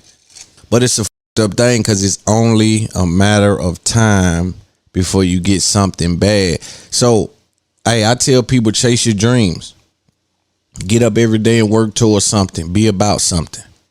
For those of you unaware, Nipsey Hussle, legendary rapper from the West Coast, been dead, I think, about 3 years. Was gunned down by the hands of another gang member. Legendary act, legendary soul, hustler. When you talk about me or you get my respect, it ain't because you got the biggest chain. I don't respect you because you got the new Bentley Bottega. Or because you got the Bentley, I don't respect you because you got the new Bentley Bentayga. Or because you got the latest pair of Bottegas and you rocking Fendi, Gucci, Louis, and Prada. And your old lady got the new AMG. That's cute. But I respect hustle. Sometimes a lot of y'all running around with a whole bunch of gifts. You understand, things that's been given to you because of the situation that you're in. Whether that be, and that, listen, ain't no shade, ain't no hate on that, but mine come off the backs of me, right? I had to sweat to get mine. I had to pull mine from up under the ground. So it's a little different when I talk about it. It's a little different how I feel about it. It's a little different how I approach it. You understand? I hold it with a little more, I hold it with a high level of importance, right? When I deal with the culture or our ability to move around it. But Nipsey was one of those guys. After he died, there was a surge of discovery for Nipsey. So a lot of people that heard about him after his demise and what they were in for a treat because they felt like, yo, we found this dude. Damn, bro, this dude was kicking this. Know what I'm saying? That's one of my fears I be having. I don't want nothing to happen to me, then the world find me, because the real is gonna post it and then everybody gonna be like, yo, this dude was out there the whole time. Like, it be I think about, man. Unfortunately, but His homeboy came out and had an interview with No Jumper. He addressed his last moments. He also addressed how Nipsey had to feel to try to fit in with the gang because they didn't respect him. See, out west, it's a totally different thing. The gang banging culture is really that. It's a culture. So you can be the famous rapper with all the money, but you ain't really from the hood. You ain't really from the hood, so you don't really get that, right? So Nipsey, even being as prolific as he was, as intelligent, the information he had, the way he moved around, the things he knew, that wasn't enough to get him a green light in the hood. He had to be from the crib set, from the hood, to be really accepted in the hood. And so when he got down in the hood, according to his homeboy, now wasn't nothing else that they can say. Cause that was the last little bit of, that was the last badge he needed on his suit to make him a 5-star general. It's unfortunate that we wrap our mind around things in that way, right? We don't even respect the intellect of a man, but we'll respect the fact that he has the courage to get into a fight and gang bang or get down with some people who are a part of some things. It's just we have to do some readjustment, realign, and reassessment in how we view life and interact with each other. But it was interesting to hear how he spoke about how the homies looked at Nipsey and how we had to fight through that. Because it's a lot of y'all that's prolific in a clique full of people that don't really understand the things that you trying to explain to them. They don't respect the future, so they don't see the vision. They dealing with short vision. So you in a situation where you trying to plead your case, but they saying, look, if you ain't hustling no more, we ain't listening to you. Yeah, nigga, you don't even got the sack no more. We ain't listening to bro. Know what I'm saying? If you're not indulging in the underworld, then they don't respect you no more. It's basically what people get from that. Now, he also spoke about homies killing homies out there on the West Coast, and these his politics. That's why they can speak on it. What I've noticed from the outside is that there's a high level of black on black crime in all of our culture, but in particular, it seems to be an issue even in my city with gang members killing gang members. I think a murder is probably 70% intel. So the less intel people got on you, the higher probability you have of surviving or maybe not going through that. And when you make yourself a part of a gang, you adopt this brotherhood that could be altered at any minute. Because he can choose to go to another gang, and now everything he knows about this gang is in his mind. It don't erase. Like, it's just certain things I really didn't understand. All the spots y'all went to and was at, he's in another gang now. They gotta know about that, because he know it. Like, I couldn't really understand it. But he spoke about factors being killed by homies. And what that means for people who are not from the hood is like big homies in the hood, or people that actually meant something to the organization or to the conglomerate. People that had big feet in the circle ended up getting killed by other people in the circle. I don't bat an eye at that. I know that happens. That's why I don't trust anything. I'm paranoid, and it ain't because I'm scared. It's because I'm aware of the circumstances. See, it's a difference between being scared and being aware. You catch me in the woods at night, you call it what you want. I need my gun out and a flashlight. Whatever you call it don't matter, because what matters is survival. And in the hood, people are demographically unfortunate. They got to stay aware of where they at. Let's listen to a little bit of the Cowboy, which is Nipsey Hussle homie interview on No Jumper. You know, maybe he's going out of town, going to do a show or something, and that was it. Other than that, I'd be sweeping the parking lot in the morning. Nip would come from Marina Del Rey. I seen him slide by the shop. He'd chunk the hood up. He got him and his daughter in the car. They go drop him off at Granny house. He'd come back, pull up on me, park, and he'd say, hey, man, read this book or drink this tea or something. I'm like, oh, man, get that shit here. And I said, where you going today? So I'm in the studio about to go to the, and then he'd go about his day. You know, the next morning it'd be the same routine. Then if he was out of town, he doing his thing, you know. He'd come back in town, I'd be in the parking lot. But Nip when it went down, the whole time I was holding my food right there, and the thing that stick in my mind that always haunt me is like when the dumb weird motherfucker Eric pulled up, and Nip looked at Renpaul and he say, "Is that Eric?" And then Renpaul like, "Yeah." And I distinctly looked at Nip and I heard him saying to himself, "I wonder how this is gonna unfold." And that, f***ed me up. All right, so you guys pay attention. What he's saying is that when Nip seen dude pull up, he already knew the vibe was gonna be off. So he said to them, damn, I wonder how this gonna unfold. This probably finna be ugly. And at one point in time while Eric was talking to him, Nip never disrespected that man. Nip never called that man a snitch. I was right there. I listened to the whole conversation. So that wasn't true. Everybody got that wrong. That's been repeated a million times. Nip never called that man a snitch. Nip said, man, they got the paperwork on you. I haven't read it. You know what I mean? You in the hood, take care of it. Nip was more or less looking out for him like, look, bro, they got some paperwork on you. You need to take care of that. It was more or less that. Like, we ain't seen you in a while. They got some paperwork. You need to take care of it. And this high as a eyes. I used to get high, so I know you can't pull it on me. Eyes high as a all these. I'm not sure that is smart to say. Respectfully to the homie, because that's his business, but I'm dealing with information, so I'm just trying to figure out if the other guy's lawyer uses that, which you're basically saying that he was not in his right state of mind when he committed that act. I'm not sure that helps whatever case they have in place. And I'm not sure y'all want, or whoever wants for the legal system to hold anyone accountable. But I'm just saying, in saying that, even though, of course, so real speak the truth. So it's probably just the truth. Like, look, he was bullied. This heard that and took it as disrespect. He probably was already a hater of Nip and he took it that way. That's basically how he feeling. Like, he never said nothing like that. Dude kind of took it that way.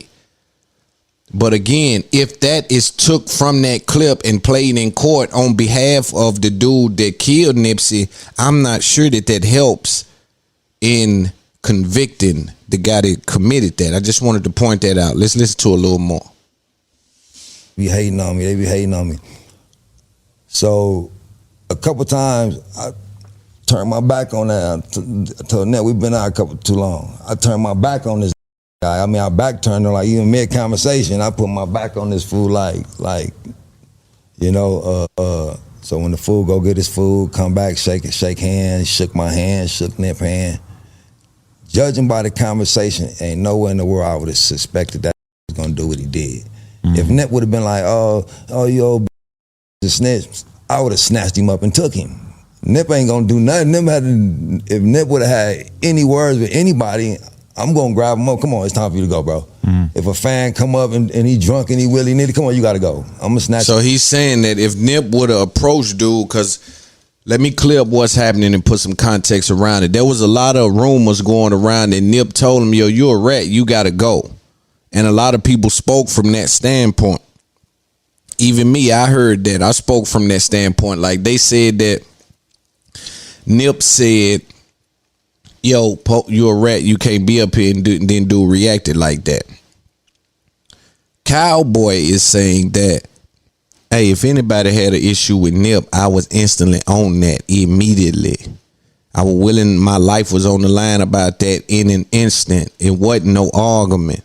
If it was an argument, how you just get to walk off like that? It wouldn't have happened. That's what he's saying. Just to be clear and put context around what's happening, because when Nipsey died, it was said that he said that dude was able to walk off and then just come back.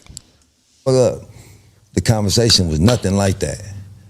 So basically, there was no reason that Nip would have expected what was to happen next. Yeah, so even if he seen cuz coming up behind him or whatever, he gonna look and because the nature of the conversation, you would have never expected that. Right. Only thing I could think of, he was so high off of some crystal and he hallucinating or something. That's the only thing I could think of. I can't think of no Nip did not disrespect that man, not one time.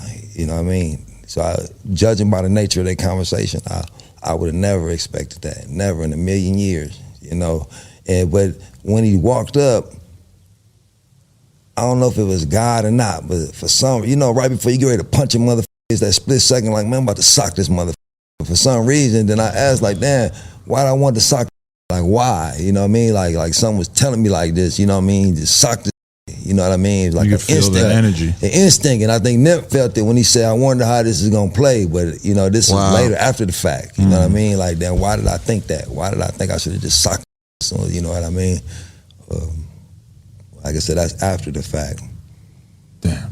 You know, but here's the Marathon store right here. Then there's a door right here. Then there's a door right here. That's the break room. So I'm in the break room eating my food. When I win the gunshots, I break through this door, I break through that door, I break through the front door. I'm the first Nip. I'm the first Nip. So anybody think that I'm looking out some window at my bro getting shot, nigga, stupid. Like I said, I ran through 3 doors and I'm the first at Cuz body. He had a bullet hole right here. I'm touching right here and I'm praying for Cuz the whole time. He's breathing the whole time. You feel me? The whole time he's breathing, all the way till he got in the ambulance. When they put the thing in his mouth, he was still breathing, getting into the ambulance. Right. You feel me? So I ran from the 3rd store, and I was the first one to bro. So right. You know, so. I mean, what is even the I wonder next was 24, anybody else out there for him to be the first one to him and 3 stores away? Was anybody else out there? Why they wasn't up there on him? I wonder. Life like how would you describe it? Because it must have been so overwhelming in so many ways. You have the parking lot flooding with fans and supporters. Like all of a sudden, it's everywhere on the news. Everybody wants to talk to you. I mean, how do you describe that? Well, after it happened, you know, they took the body. He was gone. So the family, everybody rushed to go see Nip. So I'm still there with the property. Got to lock this and all these floods of people right there. So and then the police taped it off. So they taped it off so many hours. You know, I was in the shop, locked in the shop. I actually gave the police officer some bread. He gave it to the hunger, and they gave me a bottle of Henny. So I'm sipping on the Henny. Like, man, I need a drink. Fuck what you talking about. Because if you don't give me a drink, I'm about to come hop through your barrier. I'm out of here. Fuck what you talking about. So they got me a drink. So I drank that first fifth. So by the time they shut the parking lot down, they opened it up. So now all these people are there. I know I was sitting in the car and a little nigga tried to sweat one of the little homies or some shit. I just jumped out the car, knocked out 4 I went to jail. And so that was immediately or after, a few hours after? It was some hours. It was hours. But I went to jail that night. You know, it was after the 2nd fifth. After I drank that 2nd fifth. I don't know what the little youngsters was tripping on my for, but at that time it wasn't appropriate. Nip just died. You don't ask nobody nothing about nothing, where they from or none of that shit. You know what I mean? So I blacked out. Like, to this day, my voice will never be the same. I lost it that night, you know.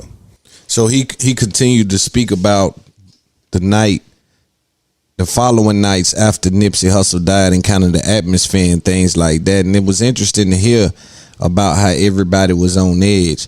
Of course, man, when Nipsey passed, man, Nipsey was a unique individual. Even when you heard him talk, the things he said, you know, he was just always on point. And you know, for me, doing what I do, how I speak, I got a lot of respect for dudes that always put game down when they camera in their face.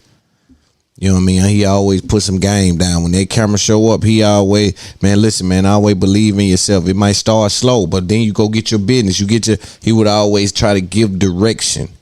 And we need more of those people. But he continued to explain how he went and got himself locked up to make sure that the dude that killed Nipsey wasn't just living in there like it's cool. He wanted to make sure that he was in there suffering. Let's listen to him explain that. Yeah, you know, I went to jail a couple times since after he passed too, and to get some clarity on. I went to jail, not intentionally, but to see the conditions on where the closer I got to where Eric was in the psych wards and shit, to see the conditions, it made me smile. you know, just as when I got there and I seen transvestites with face mask on so they can't spit on you, and they in the bed and they handcuffed to the bed, and just to know that you in your cell up there and you gotta look down and see this shit every day, and one of these motherfuckers right here gonna get loose, and that's who gonna get your one of these motherfuckers. So I had a chance to talk to trustees. So yeah, we be going over there. Yeah, we be spitting in his food. We doing woo-wah, whatever, you know. So it was good to get an update, you know, because even I listened to some of these rumors, and I had to. I literally, when I went to jail, I could have bailed out immediately. You know, I'm smiling like, man, I'm going up in here. Yeah, I need my meds. I'm trying to get upstairs. You know what I mean? Wow. Let me get upstairs. And as soon as I got there, OSJ, you know, they snatched me up. Like, nah, never. You know, but then every time he walks around, you got 5 sergeants and a lieutenant surrounding him, and they got the camera on him. Wow. You know what I mean? They got a little suit. It's called like a Sub-Zero suit. So your whole side's out. You so naked, but you got this little blanket thing around your neck, and to come down, you cuffed like this. So now, cause he ain't high, he got on this. He naked in that cold cell, and they spitting in his food. Now you looking real stupid right now. So that's what he deserved. You know, I feel good now. You know, knowing that you're in there suffering. You know, just for you to die, that's too easy. You know what I mean? Sit back there every day, wake your ass up every day, and just look out that cell and look at it. One of these weird motherfuckers gonna get you. So there you hear Cowboy explain the way that he says Eric Holder, which is the guy that killed Nipsey Hussle, is living in jail. When you kill a general, sometimes you have to deal with that. And I've also seen dudes kill generals and take their power. So it's interesting to hear that, yo, they standing on that. You did that, and they holding that accountable in regards to, hey man, you don't just take his power now. Like, we don't, because sometimes you can, like, I can beat the bully up, and now they give me all of his rep. Sometimes a weird thing happens in the streets where they do that. According to Cowboy, they're treating him bad, spitting in his food, all kind of things. I would say when Nipsey died, I really haven't saw our culture react that way for anyone else. It's been very few people that our culture really has been mortified and tormented by their passing. And Nipsey has to be high on that list. I will put definitely Pac on that list, Big on that list, of course. Nipsey on that list, Kobe's on that list. And I'm sure I'm missing people that y'all are screaming at the screen. Who else is on that list in which our culture really, of course, Mike, Whitney's on that list. But I would even put Nipsey, I don't know, man. That's a good conversation. Who is more celebrated in their passing? Who had the biggest impact? I might take that on Patreon. I do need to, this is a prime time for me to announce what I'm doing. Pateron, we have a new show. Round of applause for our new show. It's called ATC. It is a show that we will be producing twice a month, where we will be taking over the Patreon. What we do is we break down 2 individuals and their relationship and their encounters in business, in entertainment, or personal, amongst the life of whatever time period we're looking over. So what we'll do is, like, I first want to be Joe Budden and DJ Academics. So again, head to Patreon right now. It will not come out anywhere else, because this is the real pod. This gonna be the shit where I'm able to just to lay it all out there, talk about the secrets and everything. But head to patreon.com. It's Up There Podcast. The first one will be June the 15th. DJ Academics versus Joe Budden. We will go through their past, their present, their history, because as you know, I would like to believe that Academics hates Joe Budden. I use hate very loosely. I know he has respect for him, and it may be a friendship there. I'm gonna go over it and comb through it with a fine-tooth comb and show you why I say that there has to be some disdain there. Number one. Number two, at some point I'm gonna go over all of the things that X said to him and where those came from, the sources of that. So again, the first show, June the 15th, DJ Academics versus Joe Budden. The second one after that will be, let me see. The second show after that will be Jay-Z versus Birdman.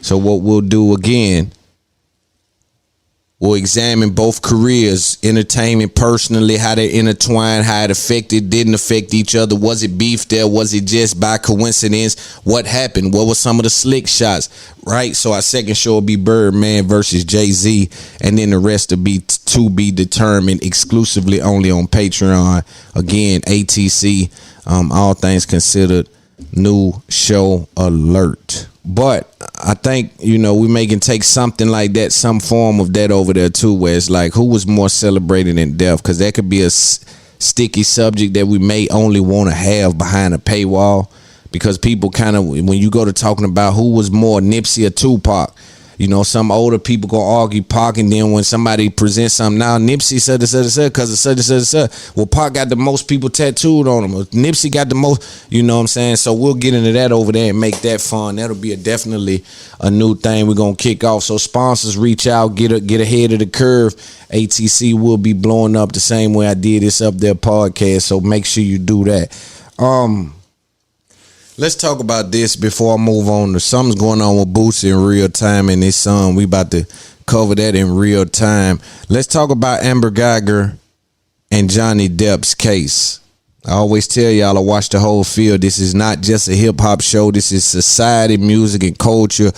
Hip hop is my baby. It's part of what I am, but it is not all that I am. So again, we like to spread our wings and fly. Information is all around the world, and we will not be marginalized in any way, shape, form, or fashion. Let the truth say amen.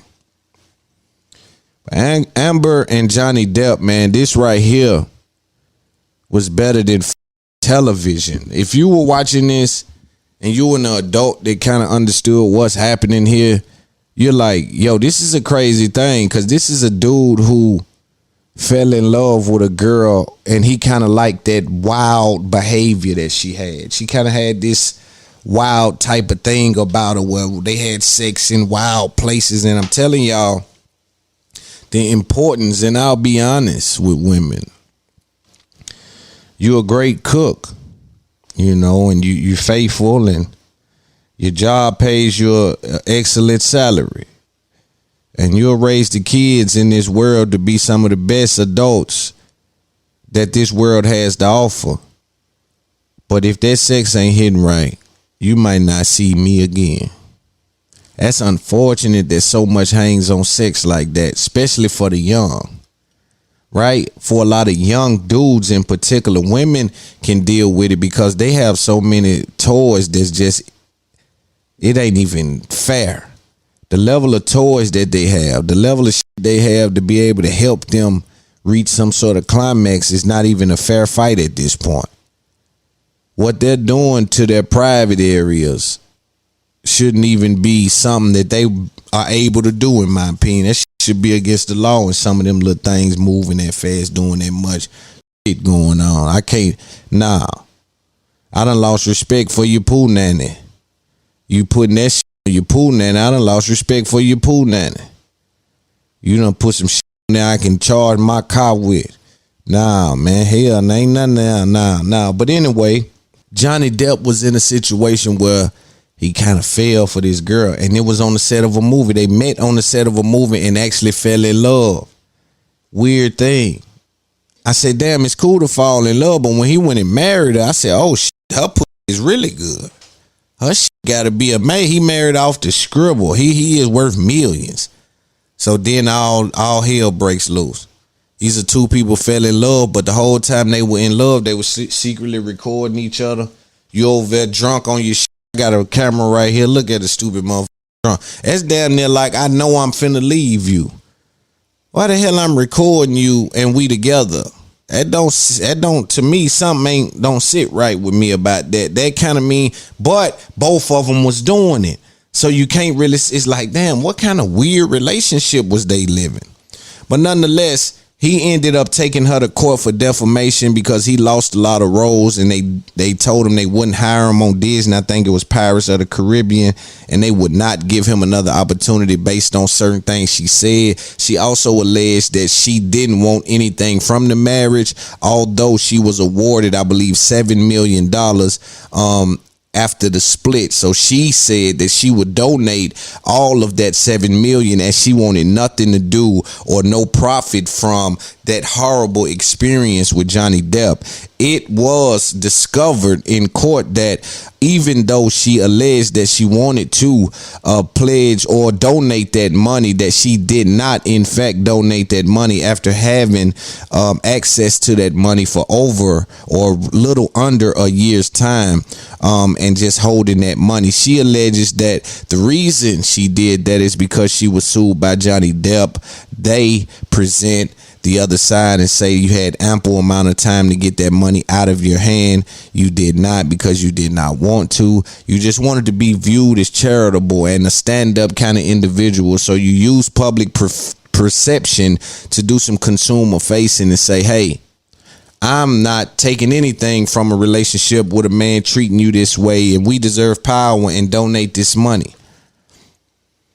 And this is just a little bit of it. Again, I'm telling you, this was better than TV. This was layered, but that was just a little bit of a layer of it. So we'll speed up, take you to the verdict. At this point, we don't know who wins. We want to take a look at the jury, read the verdict, and come back with a little game about what we're looking at and what just took place. Heard's abuse hoax against Johnny Depp, end quote.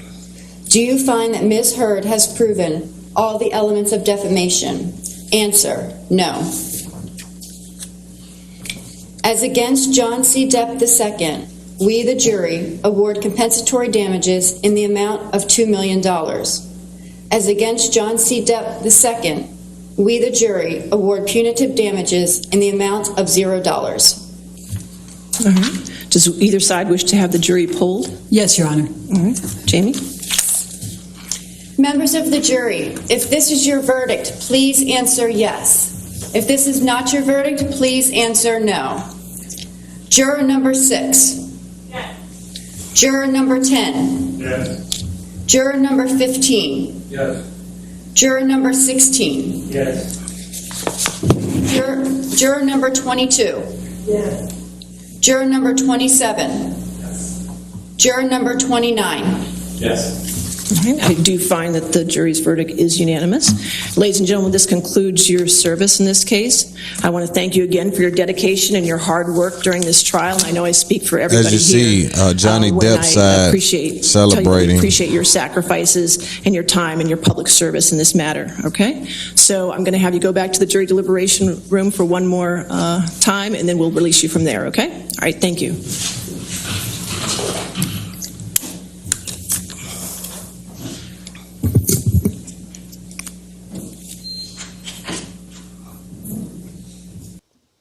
All right, so what you just saw there was like the person that just said, like a split ruling, and these things get complicated, especially for us. But I'll try to explain a little bit based on my understanding.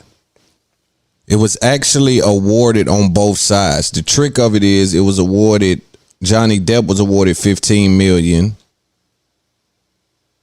and she was awarded $2 million. So it's $13 million at stake. He was found to have defamated her character, and she was awarded $2 million. She was found to have defamated his character and acted with actual malice, and he was awarded $15 million. So there's a $13 million settlement due there.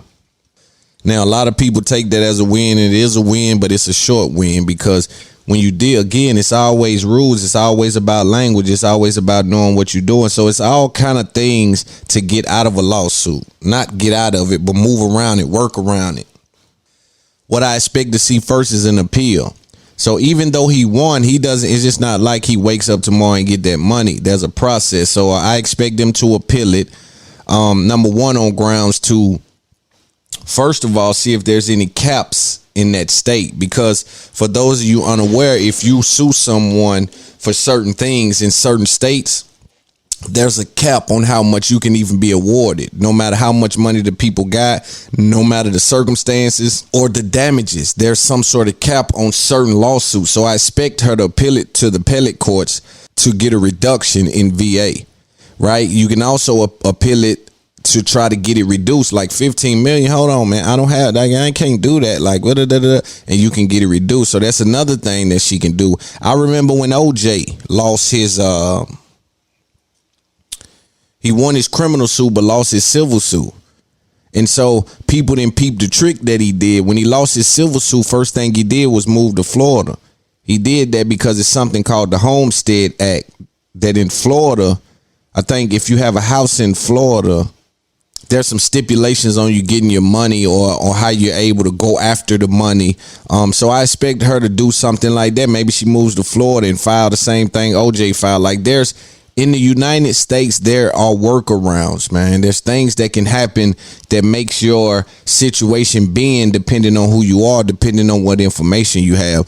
But this particular trial, I want to go over it in its full extent. It's just so long and we got so much going on in the world that I want to spread out what I speak about. But this case in particular was a situation you can look into to learn about love, to learn about working close to someone and falling in love with them when maybe that shouldn't be someone you should interact with. Because a lot of us know that, like, you can be working with somebody that you wouldn't probably really date if you had not been working with them. Like, had they tried to come up to you in a store and talk to you, you wouldn't go. But you saw them every day, 40 hours a week for 3 years, and come to find out he kind of funny.